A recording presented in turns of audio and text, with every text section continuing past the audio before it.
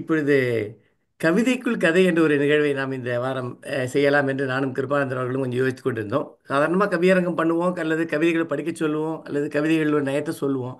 ஆனால் இன்னைக்கு வந்து ஒரு கதையும் கவிதையும் ரெண்டையும் கலந்துதான் ஒன்று நிகழ்வு இருந்தால் கொஞ்சம் வித்தியாசமாக இருக்குமேன்னு தோணித்து. ஸோ அதனால தான் கேட்டுக்கிட்டு இருந்தோம். கவிதைக்குள் கதை, அது கதையை கவிதை வடிவில் சொல்ல வேண்டும், அது ரெண்டும் தான். நம்ம கொடுத்துருக்கிற கால அவகாசம் 3 நிமிஷம்.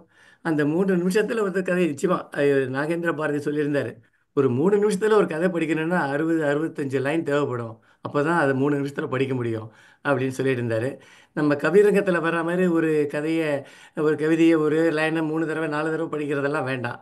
நல்லா பிடிக்கிறபடியே கொஞ்சம் நிதானமாக மெதுவாக நிறுத்தி சொன்னால் போதும் இது. அதனால் இந்த கான்செப்ட் ரொம்ப ஒரு புதுமையான கான்செப்ட் நான் சொல்கிறதுக்கு இல்லை.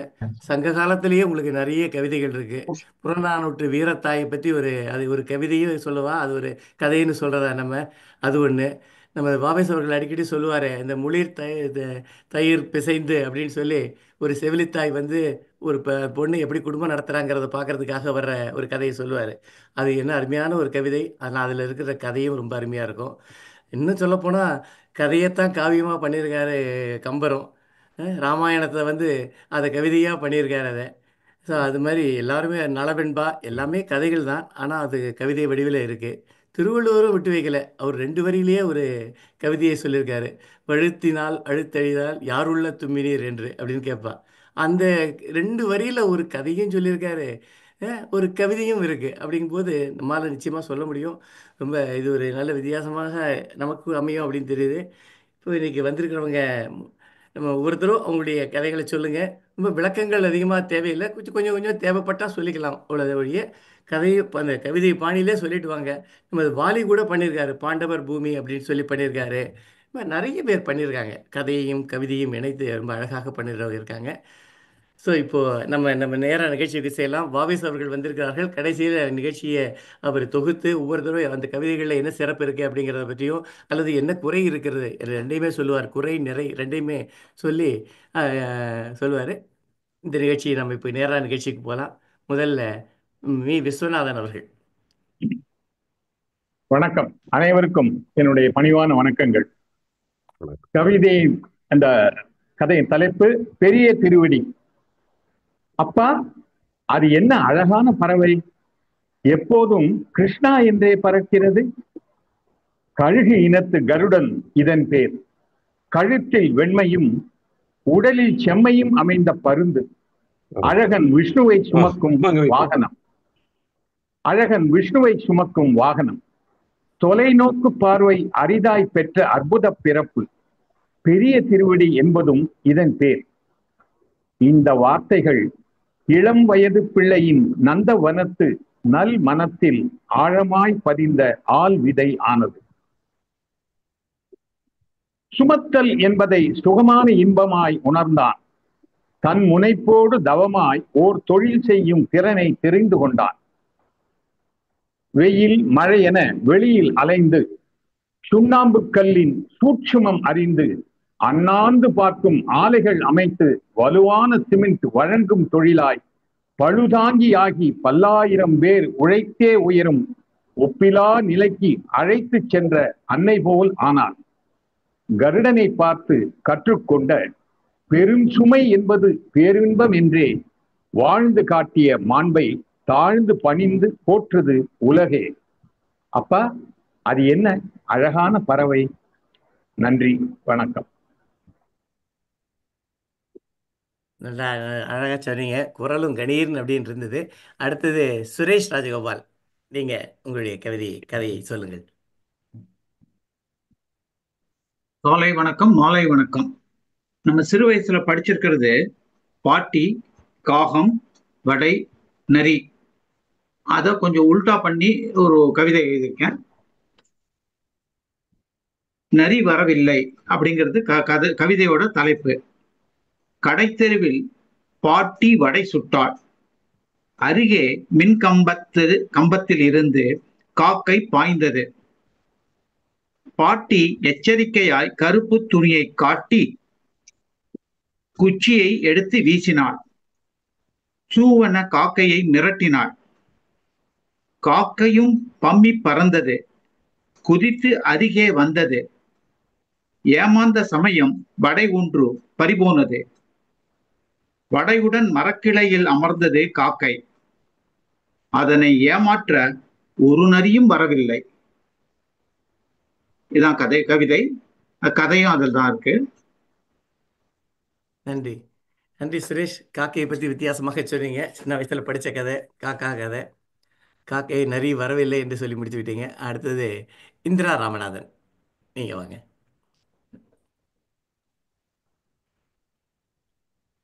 மியூட்ல இருக்கீங்க, அன்மியூட் பண்ணுங்க.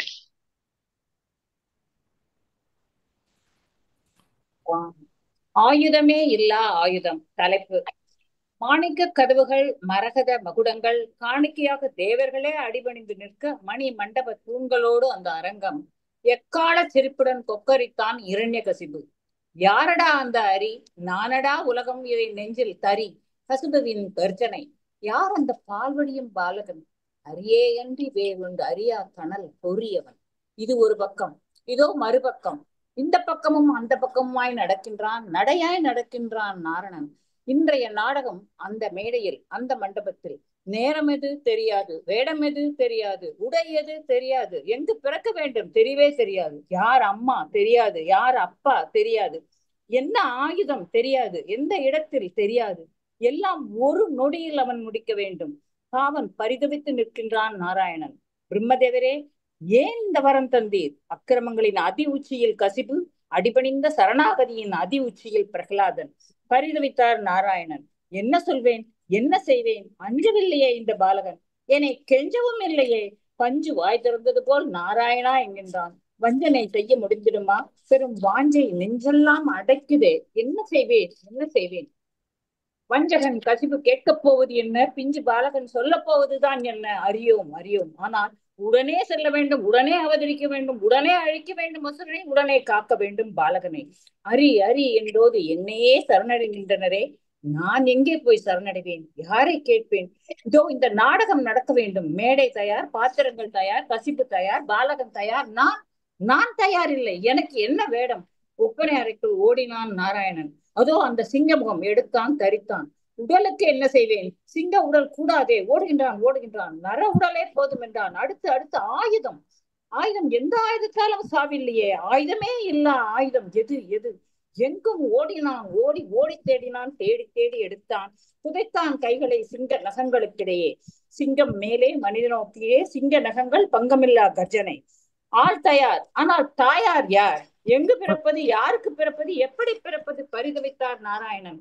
கசிப்பு கேட்கப் போவது என்ன? கந்தல் குரல் பாலகன் சொல்ல போவதுதான் என்ன? மண்டபமே அதிர்ந்தது, உறைந்தனர் அனைவரும். நாராயணனும் உறைந்தான். மறைந்து நின்று கேட்டான். எங்கிருக்கிறான் உன் அரி? தூணிலும் இருக்கிறான், துரும்பிலும் இருக்கிறான். பரிதவித்து நிற்கிறான் நாராயணன். எந்த தூணில் இருந்து நான் வருவது? கசிவு காட்டப் போகும் தூண் எது? சரி, எதுவாயிருந்தாலும் சரி, நான் தயார் என்கின்றான். உடனே மண்டபத்து தூண்கள் அனைத்தும் தாய்மை கொண்டன.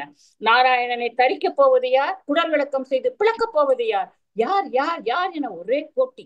இங்கே இந்த தூணில் இருக்கின்றானா உன் அரி? காட்டு என கேட்டு கதையால் போட்டான் ஒரு போடு. சண்ட மாறுதமாய் ஒரு இடி மின்னல். தூண் தாய் வயிறு விழுந்தாள். கண்கொள்ளா காட்சியது. கண்டாலே குலை நடுங்கும் நரசிம்மத்தோன் கர்ஜனையோடு அவதரித்தான். கோரப்பல், கோர உடல், கோர நகம், கோர உரு. ஆயினும் அகோரமாய் அரி எழுந்து நின்றான். பாய்ந்தான் கசிபு. மேலே உயர தூக்கினான். அடியெடுத்து வாசற்படி மேல் அமர்ந்து மடி மீது கிடத்தினான். மாளிகையின் உள்ளா? இல்லை. மாளிகையின் வெளியா? இல்லை. அது இரவா? இல்லை. அது பகலா? இல்லவே இல்லை. மடிகிடத்திய கசிபுவின் அடிவயிற்றை கைப்பிடி நகங்கொண்டு துடிக்க கிழித்து குடல் எடுத்தான் வெளியே. கண்டவர் கதி கலங்கினர். கண்மூடி நின்றான் பாலகன். நரசிம்மம் சினம் கொண்டு பிளிரியது, கர்ஜித்தது. ஒரு கண்ணால் பரிவோடு பாலகனை பார்த்தது, மறு கண்ணால் கசிபுவை சுட்டரித்தது. திங்களும் ஆதித்யனும் எழுந்தாற் போல் கண்கள் இரண்டும் விழித்தன. துஷ்ட நிகிரகம், சிஷ்ட பரிபாலனம் இரண்டும் நடந்தன. ஆவேசம் அடங்கா சிம்மனும் தன் புது தாய் மேல், அந்த தூண் மேல் சாய்ந்தது. பரவசமடைந்த பாலகனோ தந்தை மேல், நாராயணன் மேல் சாய்ந்தான். அவன் மார்பினில் இருந்து அவன் தாய் மகாலட்சுமி அவனை அணைத்துக் கொண்டாள். அவனையே நினைந்து அவனிலேயே நனைந்து நின்றால் பரிதவிப்பது நாராயணன், பரவசமாவதோ நாமே. ஓம் நமோ நாராயணா. வா வா வா, ரொம்ப ரொம்ப ரொம்ப அப்படியே கவிதைன்னா கவிதை, மழைனா மழை, கவிதைன்னா இது, கதைனா கதை. ரொம்ப சிறப்பா இருந்தது இந்திரா ராமநாதன். உங்க தேங்க்யூ. குரலும் அது கொஞ்சம் ஃபாஸ்டா படிச்சீங்க. ஆனா அந்த நான் ஃபாஸ்ட்னஸ் டைம்காக தேவைப்பட்டது. ஃபர்ஸ்டா படிச்சேன் சார். ரொம்ப டைம் நல்லா டைம் இருந்தது கதை. 3 மினிட்ஸ்க்குள்ள படிக்கணுங்கிறதுக்காக. நன்றி, நன்றி. ரொம்ப சிறப்பா இருந்தது. தெரிந்த கதை. ஆனா அது சொன்ன அதான் விதம் ரொம்ப அதுக்கு அழகா இருந்தது. ஒரு சஸ்பென்ஸா இருக்க மாதிரியே இருந்தது. நாராயணன் வருவாரா இல்லையான்னு கூட சந்தேகமா இருந்தது. அந்த நான் கூட மாதிரி இருந்தது. மாத்தலாமான்னு நினைச்சேன். நன்றி, நன்றி. அடுத்தது மீனாட்சி பாலகணேஷ் அவர்கள். நன்றி. நான் இப்போ சொல்ல போறது ஒரு மொழிபெயர்ப்பு கவிதை. ஆங்கிலத்துல லார்ட் டெனிசன் கடைவாங்கிற பேர்ல எழுதினது. ரொம்ப ஒரு சில வருஷங்களுக்கு முன்னாடி எனக்கு ரொம்ப ஆசைப்பட்டு இதை தமிழாக்கம் செய்தேன். அதை படிக்கிறேன் இப்போ. செம்மையாம் மனத்து மங்கை பெண்மை நலம் பொங்கு கங்கை வெம்மைசேர் உளத்து வேந்தன் கவன்றி பிரபுதன் பங்கை முறையற்ற வரி விதிப்பால் துயருற்ற குடிமாதர் குணம் குறையற்ற கடைவாவின் நிறையுற்ற தாழ்பணிந்து படம் திரை செய்து தான் பெற்று நின்றனன் கொடியோன் வேந்தன் முறை செய்தோம் மாதரசே முனைந்தெம்மை காப்பீர். எனவே ஏந்திழையின் கருணையுள்ளம் ஏழைப்படும் பாடுகண்டு பூந்தளிர் போல் நடுநடுங்கி உயர் பயிராய் துடிதுடிக்க சிந்தித்தாள் சில பொழுது சித்தத்தில் துணிவோடு சந்தித்தாள் தலைவன் தனை வந்தவர்தம் வழக்குரைக்க கடுகடுத்த முகமுடையான் காடனவே சடைமுடியான் மானிடனாய் வடிவெடுத்த ஓரரக்கன் நாய்களுமே புடைசூழ தானும் ஒரு தாடியுடன் தனியாக உலவுகின்றான். தயங்காமல் தலைவியுமே தேடி அங்கே சந்தித்தாள் குடிகள் குறை கூறி நின்றாள் தன் துரைக்கே. வியப்பினால் விளைந்த சிறு நகைப்பினால் வெறுப்பினால் உற்ற மயக்கினால் விரைந்தோடிய கணங்களின் சலிப்பினால் பெற்ற கசப்பினால் கடுமையாம் மொழி பகர்ந்தான் கரைவதேன் வெறும் பசப்பினால் கண்ணாட்டி உன் நெஞ்சம் என எள்ளி நகையாடினான்.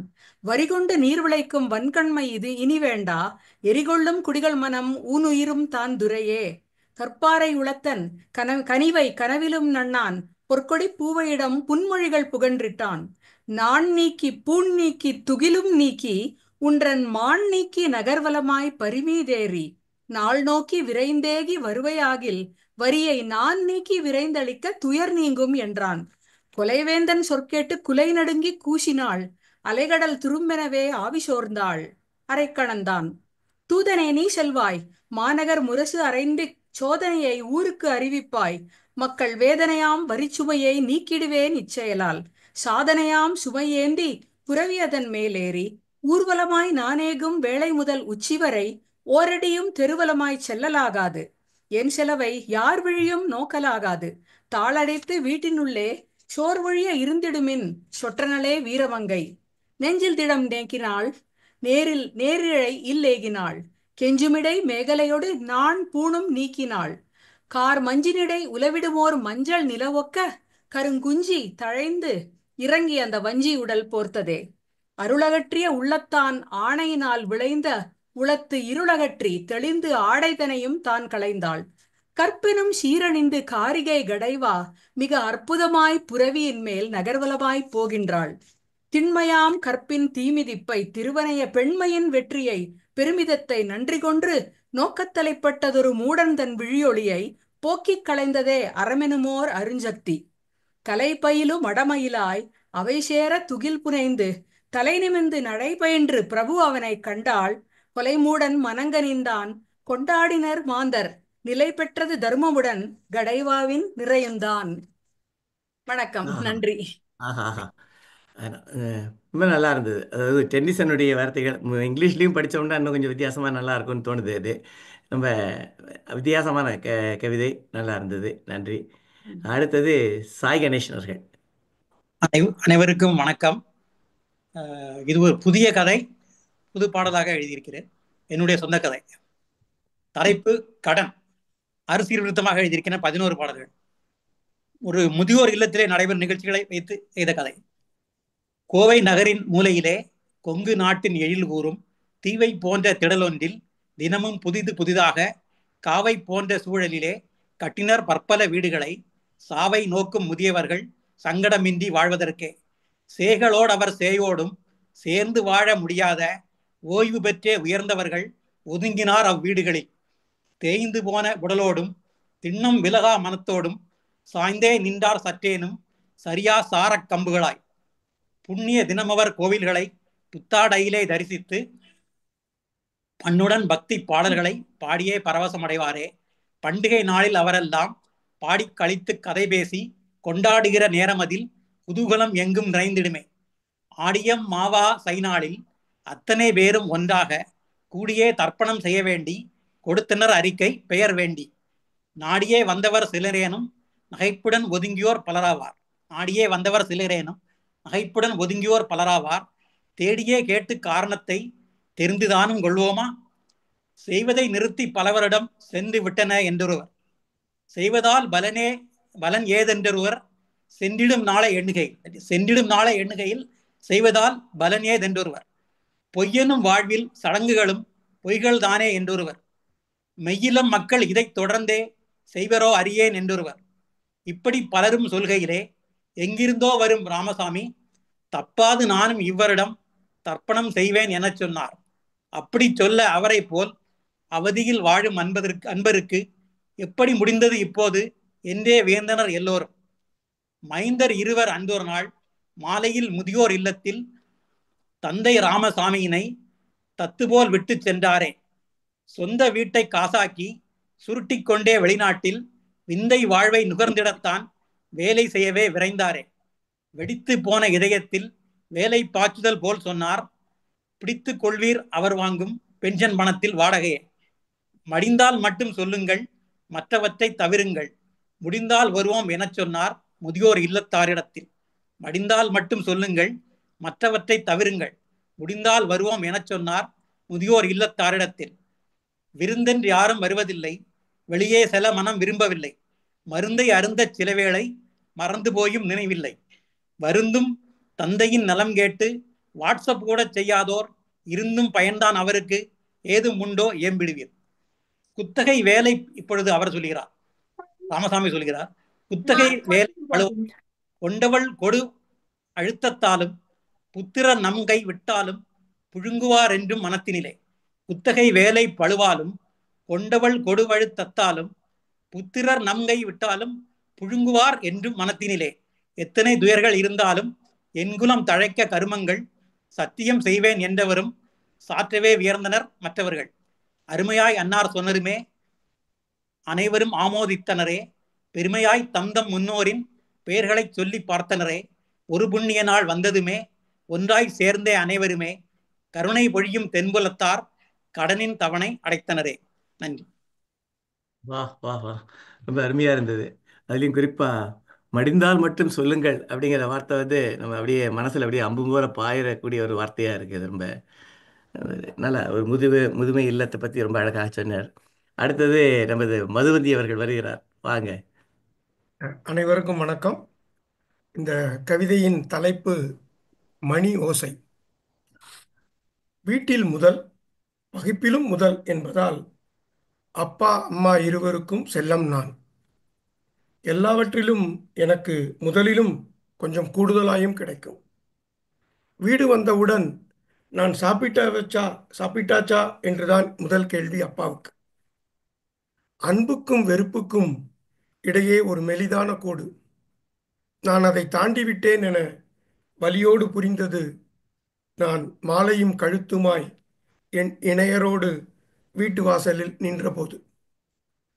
செம்புலப்பயல் நீராய் இணையும் உள்ளங்கள் பற்றி வகுப்பெடுக்கும் தமிழாசிரியர் அப்பா என் காதலுக்கு தடை சொல்ல மாட்டார் என நான் யோசித்தது தவறென உணர்ந்த நாள் அன்று.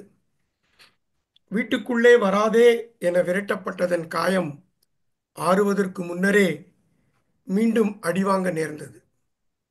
அம்மா இறந்த செய்தி கேட்டு மீண்டும் வீட்டு வாசலில் வந்தபோது மீண்டும் மறுதலிப்பு, மீண்டும் வலி என மீண்டும் வெளியேற்றம் வாசல் படியில் இருந்தே.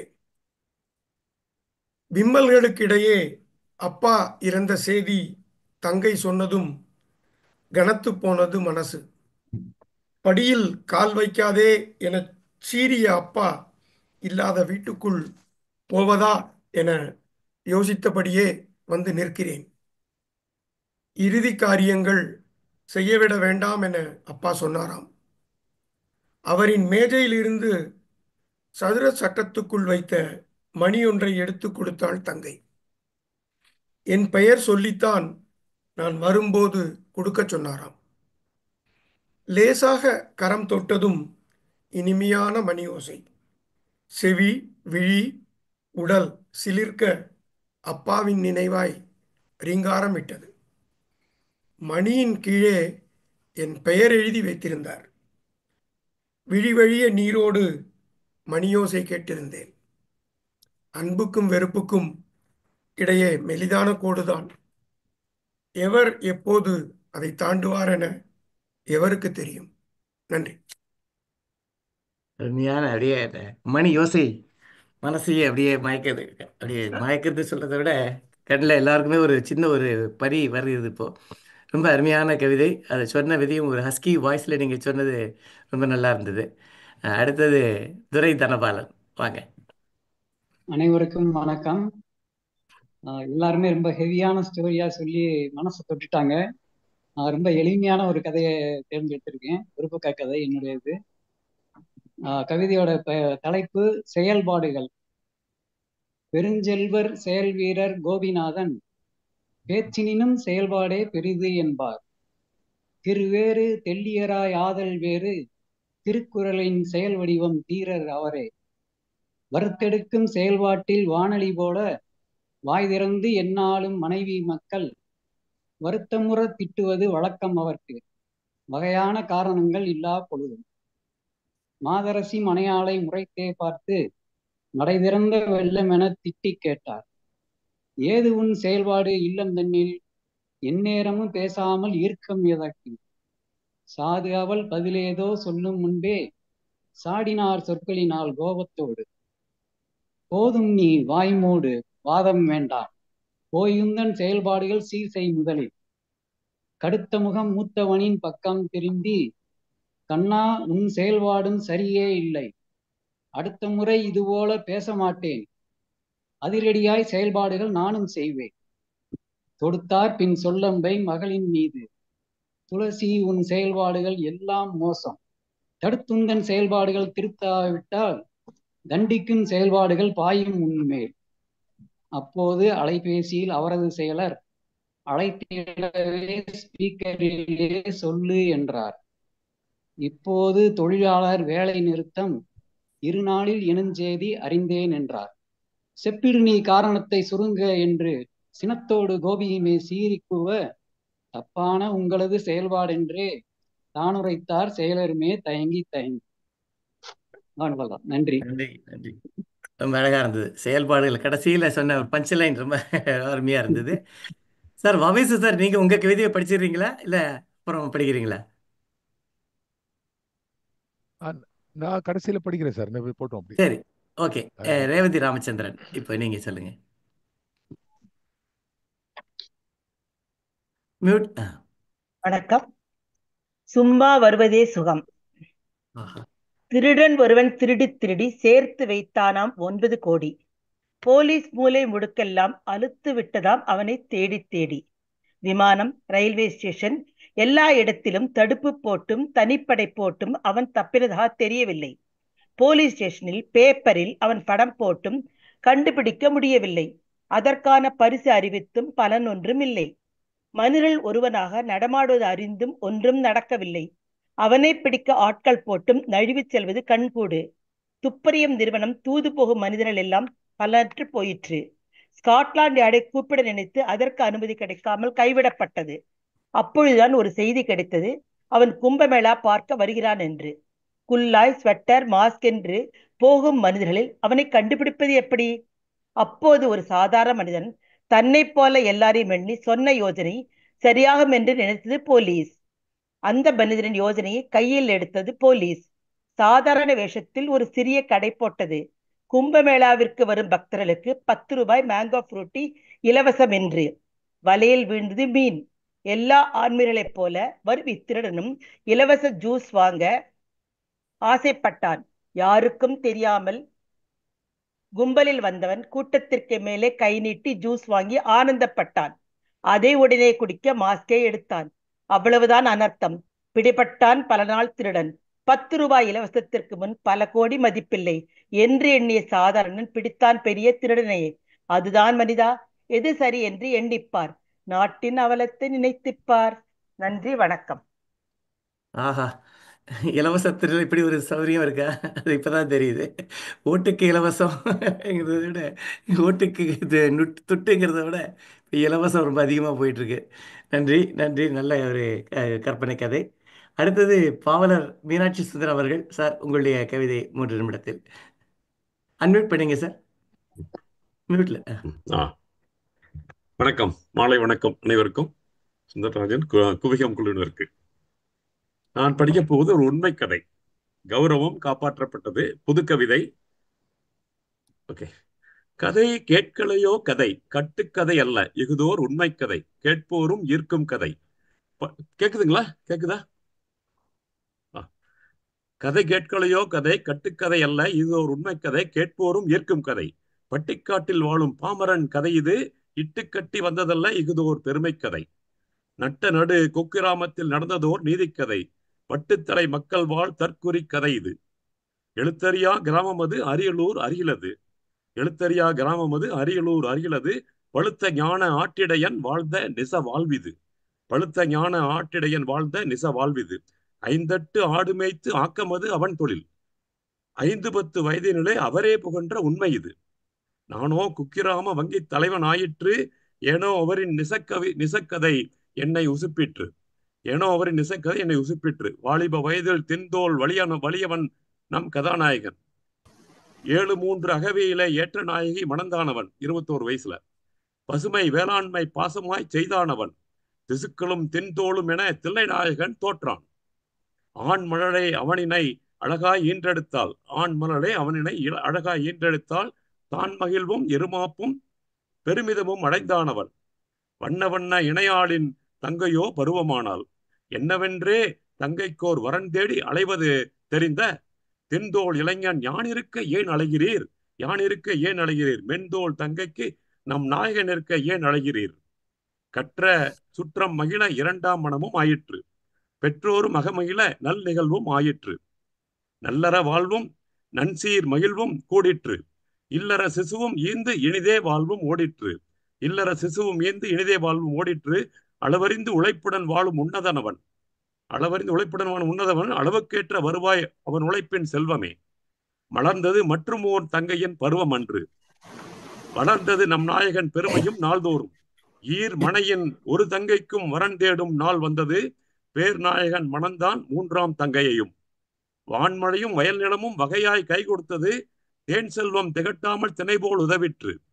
ஞான முதல் ஆண்மகனுக்கே நற்கல்வி போதித்தே, வானமுதாய் பள்ளி இருது மாண்புகளாய் தேர்ந்தான். ஞான முதல் ஆண்மகனுக்கு நற்கல்வி போதித்தே, வானமுதாய் பள்ளி இருது மாண்புகளார் தேர்ந்தான். தஞ்சையில் மருத்துவ மாகல்வி கிட்டிற்று, பஞ்சமிழா வகையில் மாநிலமே உதவிற்று. எஞ்சியதை படிப்பிற்கும் விடுதிக்கும் ஈந்தார் நம் நாயகன், விஞ்சியதை கடன் மேல் கடன் சிற்றூரில் கடன்பட்டார். தன் வேளாண்மை கைவிட்டு மேன்மேலும் கடன்பட்டார். என் செய்வது என்றே தலைமீது கை வைத்து நாயகன் வாழ்ந்தார். மருத்துவ மாணவன் மதிசேர் மாணவன் என்றோ, இருக்குமிடத்தில் விடுதியில் கடன் கணக்கை வைத்திருந்தானவன். வைராக்கியம் ஆழ்மனதில் ஊன்றியே படித்தானவன். கைராசியாம் அவன் நண்பனோ தஞ்சை பெரும் செல்வந்தன். நன்மருத்துவம் நாடு போற்ற கற்றான் மைந்தனவன். நன்னாளில் நண்பனால் நற்தொழிலும் கைகூடிற்று. 3ஆம் ஆண்டு மருத்துவர் ஏழைகளின் சேவைக்கு. 4ஆம் ஆண்டு சிறுதொழி பெருவெள்ளம் ஆயிற்று. 5ஆம் ஆண்டு விசையொந்தில் அருமருந்தாய் சேவை கூடிற்று. 5ஆம் ஆண்டு மருத்துவக் கல்வி மாநில முதல்வனானான் அவன். வந்தான் தன் கிராம மந்தை வெளியில் பணப்பையுடன், வந்தான் தன் கிராம மந்தை வெளியில் பணப்பையுடன், சொன்னான் தன் கடன்தாரரை அழைத்து வர சவாலுடன். யாரெங்கே என் தந்தைக்கு கடன் கொடுத்தார் என, யாரா இருந்தாலும் வருக கடன் சீட்டுடன் மந்தை வெளிக்கு, வந்தேன் தந்தையின் கடனை பெருக என பந்து போல் எழும்பி சவால் விட்டானவன். கதாநாயகன் தந்தையும் காண வந்தார் மந்தை வெளிக்கு. இதோ உன் பணம் என கொடுத்தே மகிழ்ந்தானவன்.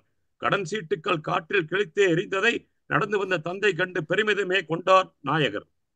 இவனென் மகனே என்ற பெருமிதம் கொண்டார் அவர். அவனே என் பெருமையை மந்தை வெளியில் நிலைநாட்டினான். அந்த பெருமிதம் நம் நாயகனின் பேர் மகிழ்ச்சி. இந்த வங்கி மேலாளருக்கு வந்த உண்மை நிகழ்வதே. முதல் மகன் தஞ்சையில் மருத்துவமனை கட்டியே நிதம் தொழில் நடாத்தி ஏழை பங்காளன் ஆனான். மணமகிழ் தன் உதவி செவிலியை மணந்தானவன். மணமகிழ தன் உதவி செவிலியை மணந்தானவன். இனமகிழ கிராம சுற்றமே புறந்தானவன். இனமகிழ கிராம சுற்றமே புறந்தானவன். தன் நாயகனாம் தந்தைக்கே சீர்பெருமிதம் சேர்த்தானவன். என் வங்கியின் வைப்பு தொகை பன்மடங்கே ஆயிற்று. என் வங்கிக்கு சீருடையுடன் விசைகுந்தில் வந்தானவன். என்னினைய வங்கிக்கு நீள் வைப்பும் தந்தானவன். நானும் பேருவகை உற்றே எண்ணி மகிழ்ந்தேன். வானும் நவிழ்ந்ததோர் குரலே, இவன் தந்தை என்னோற்றான் கொல் என்றே. நன்றி, வணக்கம். பாவலர் மீனாட்சி சுந்தரம் அவர்களே, நல்ல கௌரவம் காப்பாற்றப்பட்டு விட்டது. பெரிய நீண்ட நல்ல அழகான ஒரு கதை, உண்மை கதைன்னு தெரியுது. 81, 82, 88, 89 நான் கேட்டது நேரடியா போய் பார்த்தேன். அவர் என்னோட க்ளோஸ் ஃப்ரெண்ட் ஆயிட்டாரு. மேல மேலட்ட அணிய மாட்டார், நல்லா ஸ்ட்ராங்கா இருப்பாரு. என் கூட உட்காந்து காஃபி சாப்பிடுவோம், டீ சாப்பிடுவோம். நன்றி சார். அடுத்தது போவோம். வத்சலா மேடம் வாங்க. அவங்களுடைய கவிதைகள் நிறைய கதைகள் மாதிரியே இருக்கும், நிறைய படித்திருக்கிறோம். இப்போ அவர் கேட்பதற்காக வந்திருக்கிறோம். வணக்கம். பாட போறேன்னு சொன்னீங்க. ஆமா, இன்னைக்கு பாட்டா பாட போறேன். ஆனா என் தொண்டை ரொம்ப மோசமா இருந்து இன்னைக்கு கொஞ்சம் பெட்டரா இருக்கு. ஐ ஹோப் ஒத்துழைக்கும் நினைக்கிறேன். கனவுகள் நிஜங்கள் கனவுகள். டக் டக் டக் அவள் இதயம் அடித்தது. மனவாழ்க்கை பற்றி நிறைய கோட்டை கட்டியது. ஆதிக்கம் செலுத்தாமல் இருக்க வேணும். கணவன் பெண்ணுக்கு உரிமை உண்டென்பதை ஒப்புக்கொள்ளணும். அவளுக்கென வீட்டிலோர் இடம் இருக்கணும். அவள் தனித்தன்மை அழியாமல் இருந்திட வேணும். அப்பா அம்மா அண்ணா இதை புரிந்து கொள்ளலை. வரப்போகும் அவனாவது புரிந்து கொள்ளணும். டக் டக் டக் அவள் இதயம் அடித்தது. மன வாழ்க்கையை பற்றி நிறைய கோட்டை கட்டியது. அடுத்த அறையில் அப்பா சொன்ன செய்தி கேட்டது. அமெரிக்க வரனை பற்றி விவரம் தெரிந்தது. பொறியியலில் முதுநிலை படிப்பும் அங்குதான். கணிப்பொறியில் நிபுணராக வேலையும் அங்குதான். கை நிறைய டாலர்களாய் வாங்குகிறானாம். பிக்கல் புடுங்கல் இல்லாத குடும்ப பிள்ளையாம். அழகான பட்டதாரி பெண் போதுமாம். தட்சிணையும் சீரும் தனக்கு வேண்டாம் என்றாராம். ஜாதகமும் புகைப்படமும் உடனே பறந்தன. பதிலுக்காக பெண்ணை பெற்றோர் தவம் கிடந்தன. டக் டக் டக் அவள் இதயம் அடித்தது. அமெரிக்க வரனை பற்றி கரம்பு கண்டது. பெண் சமத்துவம் பேசப்படும் நாட்டில் இருப்பவன் அவன் நிச்சயமாய் மனைவிக்கு அவள் உரிமையை தருவான். தரமான கல்வி பெற்ற அறிவை வளர்த்தவன் அவன் மனதிலே முற்போக்கு எண்ணங்கள் இருக்கும். டக் டக் டக் அவள் இதயம் துடித்தது. செய்தி ஒன்றும் வரவில்லை என படித்த வைத்தது. ஜாதகங்கள் பொருந்திய என செய்தி வந்தது. புகைப்படமும் ஓகே என கடிதம் வந்தது. டக் டக் டக் அவள் இதயம் அடித்தது. வரப்போகும் வரனுக்காக காத்திருந்தது. கார்பிதங்க அழைத்து வந்த குடும்பத்துடனே அவன் காரோட்டி வந்த ஸ்டைல் கிறங்க வைத்தது. ஆரடியும் சிகப்பு தோலும் அயர வைத்தது. மனதை கோலோன் மனமும் புன்னகையும் கவர்ந்து விட்டது. தனியாக பேச அவன் அனுமதி பெற்றான். அவன் பேச்சு கேட்டு அவள் மயங்கியே விட்டாள். ஆணும் பெண்ணும் சமம் என்று உரையாற்றினான். மனைவி கொண்டு உரிமைகள் என அடித்து பேசினான். டக் டக் என்று இதயம் படப்படத்தது. பார்க்க வந்த பையனிடம் வசமிழந்தது. பையனும் பெண்ணும் சம்மதம் சொன்னார். பையனுடைய ரேட்டை அவனது பெற்றோரும் சொன்னார். IAS ஆபீசருக்கு ஒரே பெண்ணுக்கு இஷ்டம் போல சீர் செய்ய அனுமதித்தனர். உற்றாரும் உறவினரும் அதிகம் என்பதால் கிராண்டாக கல்யாணம் நடத்தியாகணும். பெண்ணை பெற்றோர் கண்டிஷனை ஏற்றுக்கொண்டனர். இவ்வரனுக்கு இந்த ரேட்டு ரொம்ப கம்மி என்றனர். ஊரை கூட்டி திருமணமும் நிச்சயித்தனர். ஒரே நாளில் சில 1000 வேட்டு வைத்தனர். வெளியில் அவனை கூட்டி செல்ல அனுமதி கேட்டான். பெற்றோரும் அரைமனதா சம்மதித்தனர். டக் டக் டக் அவள் இதயம் அடித்தது. அவனுடனே கனவுலகில் காதல் செய்வது. வீச்சில் அமர்ந்து மௌனமாக கேட்டுக்கொண்டிருந்தாள். தன் எதிர்பார்ப்புகளை பற்றி அவன் கூறி முடித்தான். அவனுடைய கருத்தனைத்தும் கேட்ட பின்னரே தன் ஆசைகளை அவளுடன் அவளுமே சொன்னாள். தன்னுடைய படிப்பை தான் தொடர்ந்திட வேணும். ஆசிரிய பணியை முடிவில் மேற்கொள்ள வேணும். சிரித்து கொண்டே கேட்ட அவன் பதில் கூறினான், ஆசைப்படும் முன் சற்று யோசிக்க வேணும். படிக்க நீ போய்விட்டால் வீடு என்னாகும்? வேலைக்கங்கே ஆள் இல்லை தெரியுமா என்றான். நீ வேலை செய்தால் குழந்தைகளை பார்ப்பதார் என்றான். காப்பகம் காசு உனக்கு தெரியுமா என்றான். ஆசிரிய பணிக்கதயம் ஊதியம் இல்லை, அதை ஒரே நாளில் சம்பாதிப்பேன் தெரியுமா என்றான். பட் பட் பட் மண்டை நரம்பு புடைத்தது. கட்டிய கோட்டை சிதறி இடிந்து விழுந்தது. மௌனமாக மணலை தட்டி எழுந்து நடந்தாள். வீட்டில் நடக்க போகும் போருக்கு அவள் ஆயத்தமானாள். பொறு என்றவள் இதயம் சொன்னது. தன்னை புரிந்து கொள்ளும் மனதிற்காக காத்து நின்றது. வணக்கம். வா வா வா வா மேடம், அப்படியே அந்த கவி சம்மேளனம்லாம் சொல்லுவாங்களே, அதில் இப்படி சொல்கிற மாதிரி ஒரு பாடல் அப்படியே கனத்தமாகவும் இருக்குது. ரொம்ப சொன்ன விதியும் நல்லா இருக்குது. டக் டக் டக் டக் என்று இதயம் படபடக்குது அப்படின்னு சொல்லும்போது எல்லாருக்குமே இதையும் ஒரு படபடப்பு தெரிஞ்சுது. ரொம்ப அருமையாக இருந்தது, சிறப்பாக இருந்தது. அதையும் உங்கள் குரலில் கேட்குறதுக்கு அருமையாக இருந்தது. அடுத்தது நமது நாகேந்திர பாரதி எப்படி என்ன சொல்ல போகிறாருன்னு கேட்போம். நன்றி சுந்தரராஜன் சார். வணக்கம் நண்பர்களே. தற்கால போர்க்காட்சி ஒன்றை பார்த்ததில் எழுந்த கவிதைக்குள் கதை, சுவர்களின் கதை. வரைந்துள்ள படங்களின் நிறங்கள் அழிந்து போய் கோடுகள் மட்டும் சிதறிய நிலையில், கோட்டின் பின்னிருக்கும் வாழ்க்கை ஓவியம் சுமந்து கொண்டிருக்கும் சுவருக்கு தெரியும். நண்டுகள் பொந்துக்குள் ஒளியாத காலம், நாய்களும் வீதியில் நடமாடிய காலம். இதோ துணையாய் நிற்கும் இந்த குட்டிச்சுவருக்கு பள்ளிக்கூடம் என்ற பெயர் இருந்த காலம். வீதிகள் இருந்தன, விளையாட்டு இருந்தது, வீடுகள் இருந்தன, மனிதர்கள் இருந்தார்கள். அவர்கள் இருந்ததால் வாழ்க்கை இருந்தது. பகலும் இருந்தது, இரவும் இருந்தது. இரைச்சல் இருந்தது, அமைதி இருந்தது. இன்பம் இருந்தது, துன்பமும் இருந்தது. துடைத்தால் போகும் துன்பம் அது, அணைத்தால் போகும் கண்ணீர் அது. அப்போதுதான் அந்த சுவரும் வீடாக இருந்தது. அவளும் இருந்தாள். அவளின் பயிற்சிக்கு கிடைத்த சுவரும் அப்போது இருந்தது வீட்டுக்கு உள்ளே. இயற்கை படங்களும் வாழ்க்கை படங்களும் அவளின் கையால் உயிரோடு அங்கி. உழைந்த படத்திலும் ஓடுகள் இங்கே, வரைந்தவள் மூச்சு போனது எங்கே? அவளும் போனாள், அவர்களும் போனார்கள். போனது போனதுதான், திரும்பாது காலம். ஒசுங்கிய இயற்கை புதிய ஜென்மமா, நசுங்கிய உயிரெல்லாம் பழைய நினைவாக குட்டி சுவர்களில் ஒளிந்து கொண்டு கொஞ்சம் கொஞ்சமாய் உதிர்ந்து கொண்டு. இந்த சுவர்களின் கதைக்கு பின்னாலே கொடூரம் உண்டு, குண்டும் உண்டு. நன்றி. ஆஹா ஆஹா, ரொம்ப அருமையாக இருந்தது. அதுவும் துன்பங்கள் இப்படி தொடர்ந்து வந்துகிட்டு இருக்கிறத பற்றி ரொம்ப அழகாக சொன்னீங்க நீங்கள். ரொம்ப நல்லா அந்த போர்க்கள காட்சி, அதுவும் பள்ளிக்கூடத்தை பற்றி எல்லாம் சொன்னபோது ரொம்ப சிறப்பாக இருந்தது. நாகேந்திர பாரதி, உங்களுடைய டச் இருக்குது அதில். அடுத்தது பானு நடராஜ், நீங்கள் ரெடியா? நீங்கள் பானுமதி மேடம்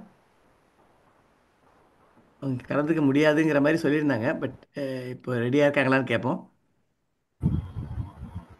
அவங்க இல்லை நினைக்கிறேன். சார் தாமோதரன்? இல்லை சார், பார்வையாளர் தான். பார்வையாளர் புஷ்பா விஸ்வநாதன், அவங்க பேர் கொடுத்துருக்காங்க. வாங்க மேடம். புஷ்பா விஸ்வநாதன். ஹலோ, கேக்குதா? கேக்குது, சொல்லுங்க. வீடியோல வரலாமே. வரேன்.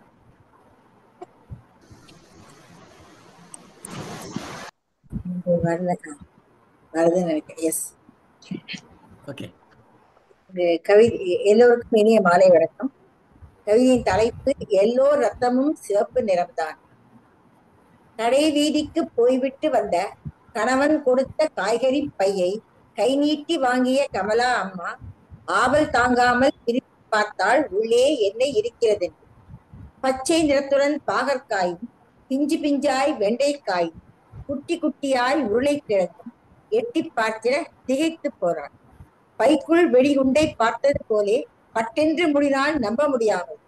2 ஆண்டுக்கு மேலே இந்த வீட்டில் 144 உத்தரவு போட்ட காய்கறிகள் எப்படி நம் வீட்டு பைக்குள்?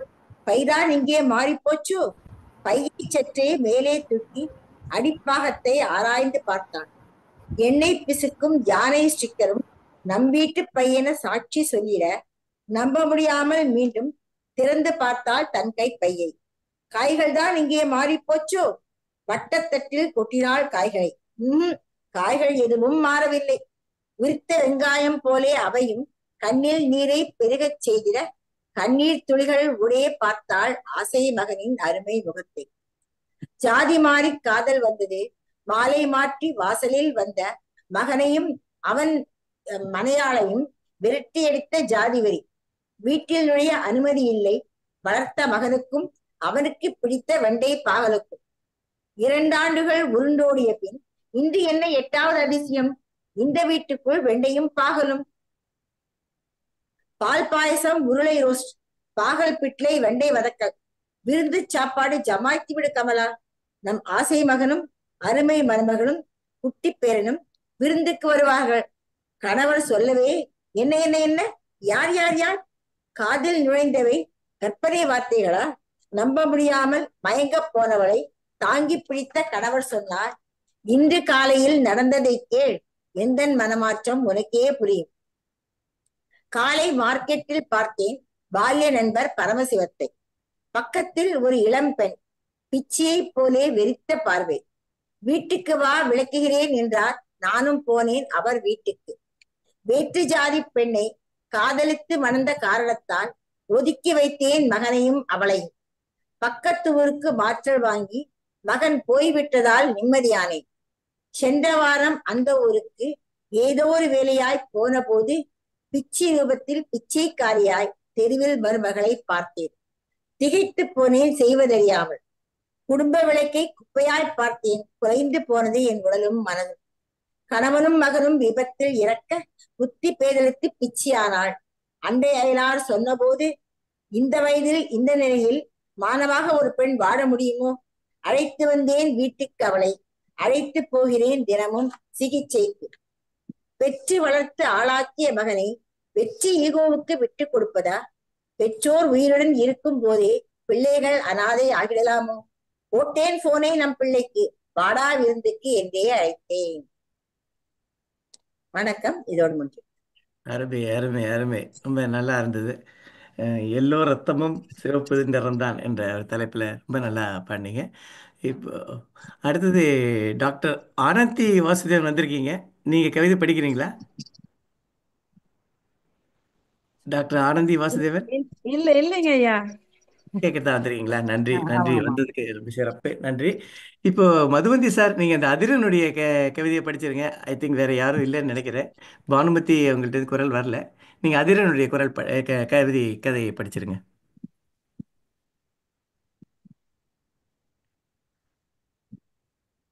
மியூட்ல இருக்கு. ஒரே ஒரு நிமிஷம் எடுத்துடுறேன். ஓகே.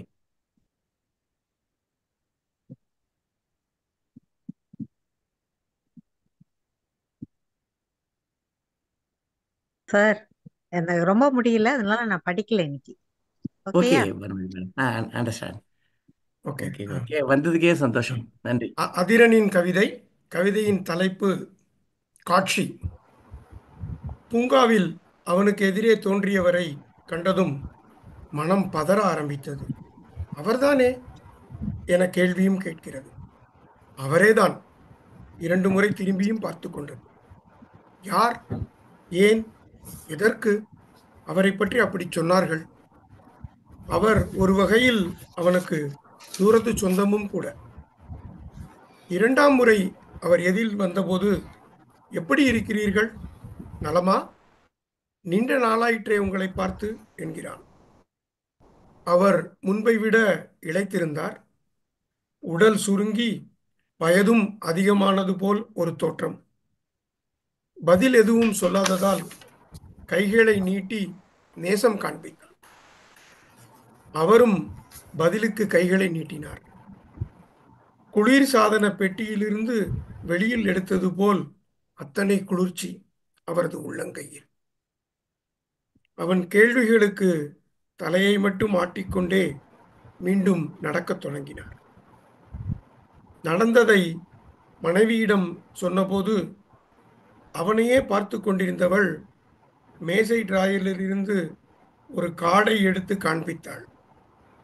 உத்திரகிரியை பத்திரிகை என்ற தலைப்பின் கீழ் அவரது புகைப்படம்.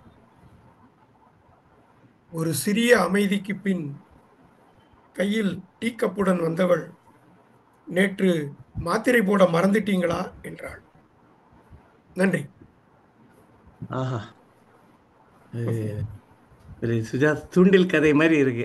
ஒரு புதுமை பித்தன் கதை ஒரு ரொம்ப நல்லா இருந்தது அது. அவற்றை இந்த கவிதைகள் எல்லாரும் நீங்கள் இதுக்கு அனுப்புங்க, எனக்கு இமெயில் அனுப்புங்க. நம்ம குவியத்தில் மாதம் 1 2 அப்படி பிரசுரிக்கலாம் நம்ம. இப்போது ஆல்மோஸ்ட் வந்தவங்க எல்லாரும் இருக்காங்க. வேறு யாராவது படிக்கிறது இருந்தீங்கன்னா சொல்லுங்கள். இல்லைன்னா என்னுடைய கவிதையை படிப்போம். அடுத்தது வாவேசு சாருடைய கவிதையை படிச்சுட்டு முடிச்சிடலாம். ஓகே, இப்போ நான் என்னுடைய கவிதையை படிக்கிறேன். அந்தி மாலையில் என்ற கவிதை தலைப்பு.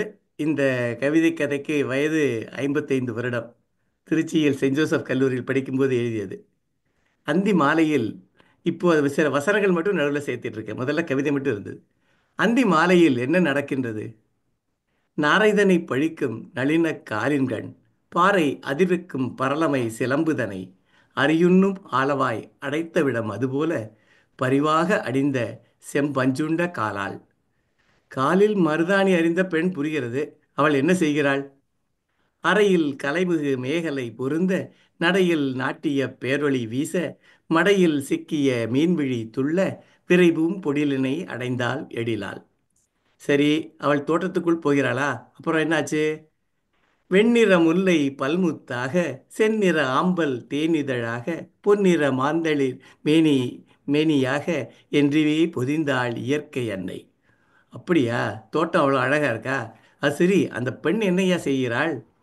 ஆங்கொரு வண்டு நறுமலர் புக்கு பாங்கொடு வந்து நருந்தே நருந்தும் நிலையினை கண்ட நலநிறை நங்கை கலைமுகம் தனிலே கொண்டனள் திகைப்பே. ஒரு கருப்பு வண்டை பார்த்து அவ ஆச்சரியப்படுறாளா? ஏன் ஐயா? கதிரவன் செவ்வொளி பரப்பும் காலை, உதிக்குமுன் உதிக்கும் பல்லொக்கும் முல்லையை கொய்ய எண்ணி அன்னத்தை பழித்து, வெய்யோள் தானும் உதிர்க்கும் காலை, எங்கனும் கண்டிலா கருநிற வண்டு பங்கைய மேனியால் வெளிப்பட்டு விடுத்து அங்கும் இங்கும் ஆங்கன் சென்றதை அங்கனை ஈங்கன் கண்டதே வியப்பு. அப்படி போகுதா கதை? காலையில் பார்த்த அதே வண்டை அந்தி மாலையில் பார்த்து தேய்க்கிறாளா? சரி, வண்டி ஏதோ சொல்கிற மாதிரி இருக்கே, அது என்ன சொல்லுது? குணமுதல் குடவுரை வீயோன் சென்றதை நினைத்தனை தின்று மயங்கும் பேய்போல் மனத்தினை உடைய மதுவினை மாந்தி உணர்வினை இழந்த நிலையில் வருகிறேன். ஆடை அணிகலன் அணிந்த பேரெழிலே வாடை மென் காந்தள் காலை எந்தன் தாடை பட்டதும் தொடங்கினேன் அருந்த காடை திரும்பியது நிறுத்திலேன் மடமே. என்னது? காலையில் நம்ம நாயகி விரல் அது மேலே பட்டதும் அது மது அருந்த ஆரம்பிச்சு சாயங்காலம் வரைக்கும் அங்கேயே மது குடிச்சிக்கிட்டே இருக்கா? கடைசியாக நம்ம நாயகிட்ட ஏதோ சொல்லுது. என்னது? பொன்னுரு என்னெழில் இமைக்காதிருப்பாள் மின்னிடை உன்னை என்னருகு நோக்கின் கண்ணகி சீற்றம் கடிதே கொள்வாள் அன்னவள் மகிழ செல்லுவன் ஈதோ. மது அருந்திய மயக்கத்தில் நம்ம நாய்கிட்ட ஜாலியாக பேசிகிட்டு இருக்கிறத வண்டோட மனைவி பார்த்தா சும்மா இருப்பாளா? அந்த பயத்தில் வண்டு வீட்டுக்கு போகுது. நாயகியும் புன்முறுவலுடன் அதை பார்த்து கொண்டிருக்கிறாள். எப்படி இருக்கிறது இந்த கவிதை கதை? நன்றி. அடுத்தது எல்லாரும் பேசி சொல்லியாச்சுன்னு நினைக்கிறேன். டாக்டர் வாவேசு சார், இப்போ நீங்கள் உங்கள் கூமாப்பா வந்திருக்கார். கூமாப்பா திருநாவுக்கரசு வந்திருக்கார். ஆஹா, வாங்க வாங்க சார். கூமாப்பு சார், நீங்கள் உங்களுடைய கவிதையை சொல்கிறீங்களா? கதை அன்மியூட் பண்ணீங்க சார். சரியான நேரத்தில் பேசுறது கேக்குது சார். கேக்குதா? கேக்குது சார். உங்களுடைய கதை சொல்லுங்க. சொல்லலாமா? சொல்லலாம் சார். வணக்கம். ரொம்ப நாளைக்கு சுந்தரராயன் பார்க்கிறேன். வணக்கம் நண்பர்களுக்கெல்லாம் வணக்கம். இது வந்து நான் மரபு பிரகாரம் எழுதியிருக்கேன். மரபு கவிதை.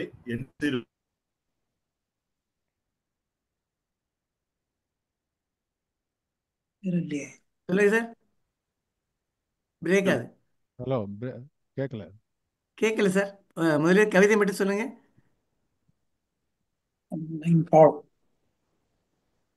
இல்ல சார், மியூட் ஆயிட்டாரு. குமார் சார் மியூட் இதாயிடுச்சு, ஃப்ரீஸ் ஆயிடுச்சு. ஹலோ, ஹலோ, கேட்கல. இப்ப கேக்குதா? இப்போ ரொம்ப கேக்குது. நீங்க வீடியோ வேணா இடைஞ்சல் ஆஃப் இருக்கு. பண்ணிட்டு வாங்க. வீடியோ ஆஃப் பண்ணிட்டு வாங்க. வீடியோ இன்டர்நெட் ஆஃப் வீக்கா பண்ணிட்டு இருக்கும். வரவா? இன்டர்நெட் இப்போ சொல்லுங்க. இன்டர்நெட் வீக்கா இருக்கா? இப்போ சொல்லுங்க. இப்போ படிங்க சார் கவிதையை. இருங்க, நான் இன்டர்நெட் செக் பண்ணிக்கிறேன். சுந்தரராஜன், அந்த கேள்விக்காரன் சந்திரசேகரன் வந்திருக்காரு, அவரு சொல்றாரான்னு கேட்டுக்கலாம். ஆஹா, எங்க இருக்காரு கேள்விக்காரன் சந்திரசேகர் சார்? வந்திருக்கீங்களா சார்? இல்ல, கவிதை படிக்கிறீங்களா? ஒரு 3 நிமிடத்தில் உங்களுடைய கவிதை. Hello, mic open. ஹலோ, இருங்க. ஹலோ, 2 பேர் யார் முதல்ல வரீங்கன்னு பார்க்கலாம். கூமாப்பாவா கேள்விக்காரன்? ஹலோ, ஹலோ, திருநாவுக்கரசர் சார் கேக்குது, சொல்லுங்க. கேக்குதா? ஆ ஆனா வீடியோ வரலையே. ஸ்டார்ட் வீடியோ போடணுமா? போடுங்க. ஓகே, வீடியோ எல்லாமே சொல்லுங்க. நீங்க இடைஞ்சலா இருக்கு. இப்ப வீடியோ வருதா? வருது. வீடியோ வருதா? இப்போ வருது. சார் சொல்லுங்க, சீக்கிரம் நிகழ்ச்சி நிறைவு செய்யணும், சொல்லி முடிச்சிருங்க. சரி, வணக்கம். தலைப்பு வெள்ளத்தனைய மலர் நீட்டம். ஆசிரியர் ஆத்மநாபன் 60 ஆண்டு அகவையுடன் பணி நிறைவு காணும் நாளில் ஆசிரியர் ஆத்மநாபன் 60 ஆண்டு அகவையுடன் பணி நிறைவு காணும் நாளில் நேசமுடன் மாணவர்கள் ஒன்றாய் கூடி நெஞ்சமெல்லாம் நிறையும் அவர் சேவை போற்றி பேசுதற்கு கற்று உயர்ந்த அவர் மாணாக்கர் பிரபு என்னும் ஆட்சியரை அழைத்து வந்து பாசமுடன் பாராட்டு விழாவை பள்ளி பவள விழா அரங்கத்தில் சிறப்பாய் செய்தார். நல்லாசான் விருது பெற்ற ஆத்மநாபன் நடத்துகின்ற பயிற்று முறை ஊக்குவிக்க வல்லோராய் மாணவர்கள் சில பேர் வாழ்வில் மதிப்பு மிகும் உயர் பதவி வாய்ப்பை பெற்றார். வெள்ளமென ஆட்சியர் போல் பலரும் வாழ்த்த, அவரிடம் பயின்ற மாணவர் ஆட்சியர். வெள்ளமென ஆட்சியர் போல் பலரும் வாழ்த்த விழா நிறைவில் ஏற்புரையை நிகழ்த்த வந்த கள்ளங்கபடம் இல்லா ஆத்மநாபன் கல் எறிந்த குளம் போல் சரணமுற்றார். கள்ளங்கபடம் இல்லா ஆத்மநாபன் கல் எறிந்த குளம் போன்று சரணமுற்றார். தேநீரின் கோப்பைகளை கழுவி வைத்து தேநீரை சூடாக ஊற்றி தந்த சீனு கூட அவருடைய மாணவன் தான். தேநீரின் கோப்பைகளை கழுவி வைத்து தேநீரை சூடாக ஊற்றி தந்த சீனு கூட அவருடைய மாணவன் தான். தேர்ச்சி பெற இயலாமல் தோற்று போனார். ஆனவரை தனி பயிற்சி தந்தும் கூட ஆளாக்க முடியாமை எண்ணி பார்த்தார்.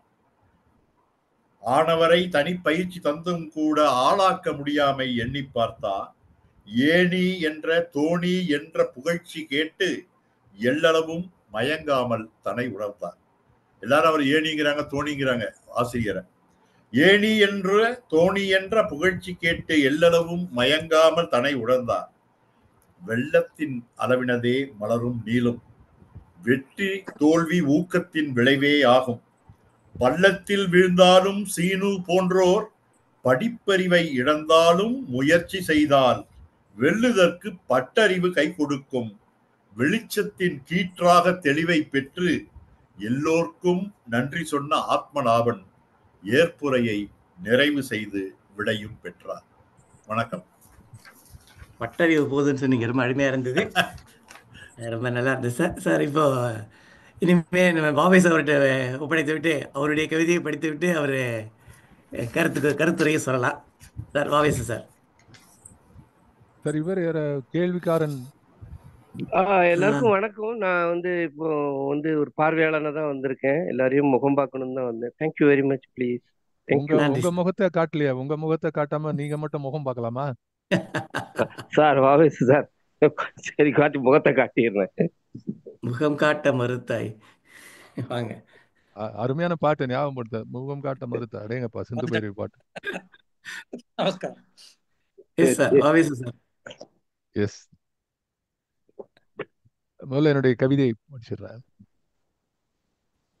கவிதையின் தலைப்பு மரம் நடு விழா. ஆடிக்காற்றின் அதிரடி இன்றியே அந்த பரந்த மரத்தின் இலை கிளை எல்லாம் அசைந்து அசைந்து ஆடிக்கொண்டிருந்தன. மேலும் கீழுமாய் சாயத் தொடங்கின.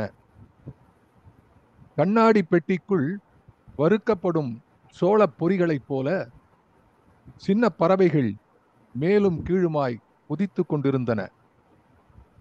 வலிமையாய் நின்றிருந்த மரத்தின் உடலை கயிறுகள் மூலம் பிணைத்து இழுத்தனர்.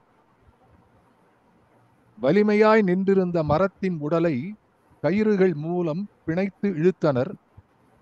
மரத்தினை சுற்றி வட்ட வடிவிலே மண்ணை தோண்டி இயற்கையான ஒரு மண் தொட்டியை செய்து கொண்டிருந்தனர். கடப்பாறைகளின் கனத்த முனைகள் வேர்களை காயப்படுத்தாமல் கடமையை செய்தன.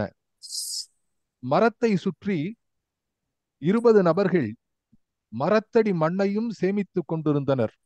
ஆம், இது மரத்தை வேரோடு எடுத்து வேறொரு இடத்தில் மரத்தை வேரோடு எடுத்து வேறொரு இடத்தில் பதிய வைக்கும் பசுமை விழா. நடப்படுவது இங்கே இளம் கன்றல்ல, முதிர் மரம் என்பதால் உண்மையில் இதுதான் மரம் நடு நல்விழா. நடப்படுவது இளங்கன்றல்ல, முதிர் மரம் என்பதால் உண்மையில் இதுதான் மரம் நடு நல்விழா. பிறந்த நிலத்திலிருந்து பெயர்த்தெடுக்கப்பட்டு நிரந்தரமாக இன்னொரு இடத்தில் வலியே இன்றி வாழ வைக்கிறார்களாம். பிறந்த நிலத்திலிருந்து பெயர்த்தெடுக்கப்பட்டு நிரந்தரமாக இன்னொரு இடத்தில் வலியே இன்றி வாழ வைக்கிறார்களாம். நகர்வது வேறு, நகர்த்தப்படுவது வேறு. வலியே இல்லையா?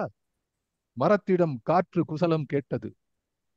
நகர்வது வேறு, நகர்த்தப்படுவது வேறு. வலியே இல்லையா? மரத்திடம் காற்று குசலம் கேட்டது. இல்லாத கைகளை கட்டிக்கொண்டு பேசத் தெரியாத மரம் மனத்துக்குள் மௌனம் காத்தது.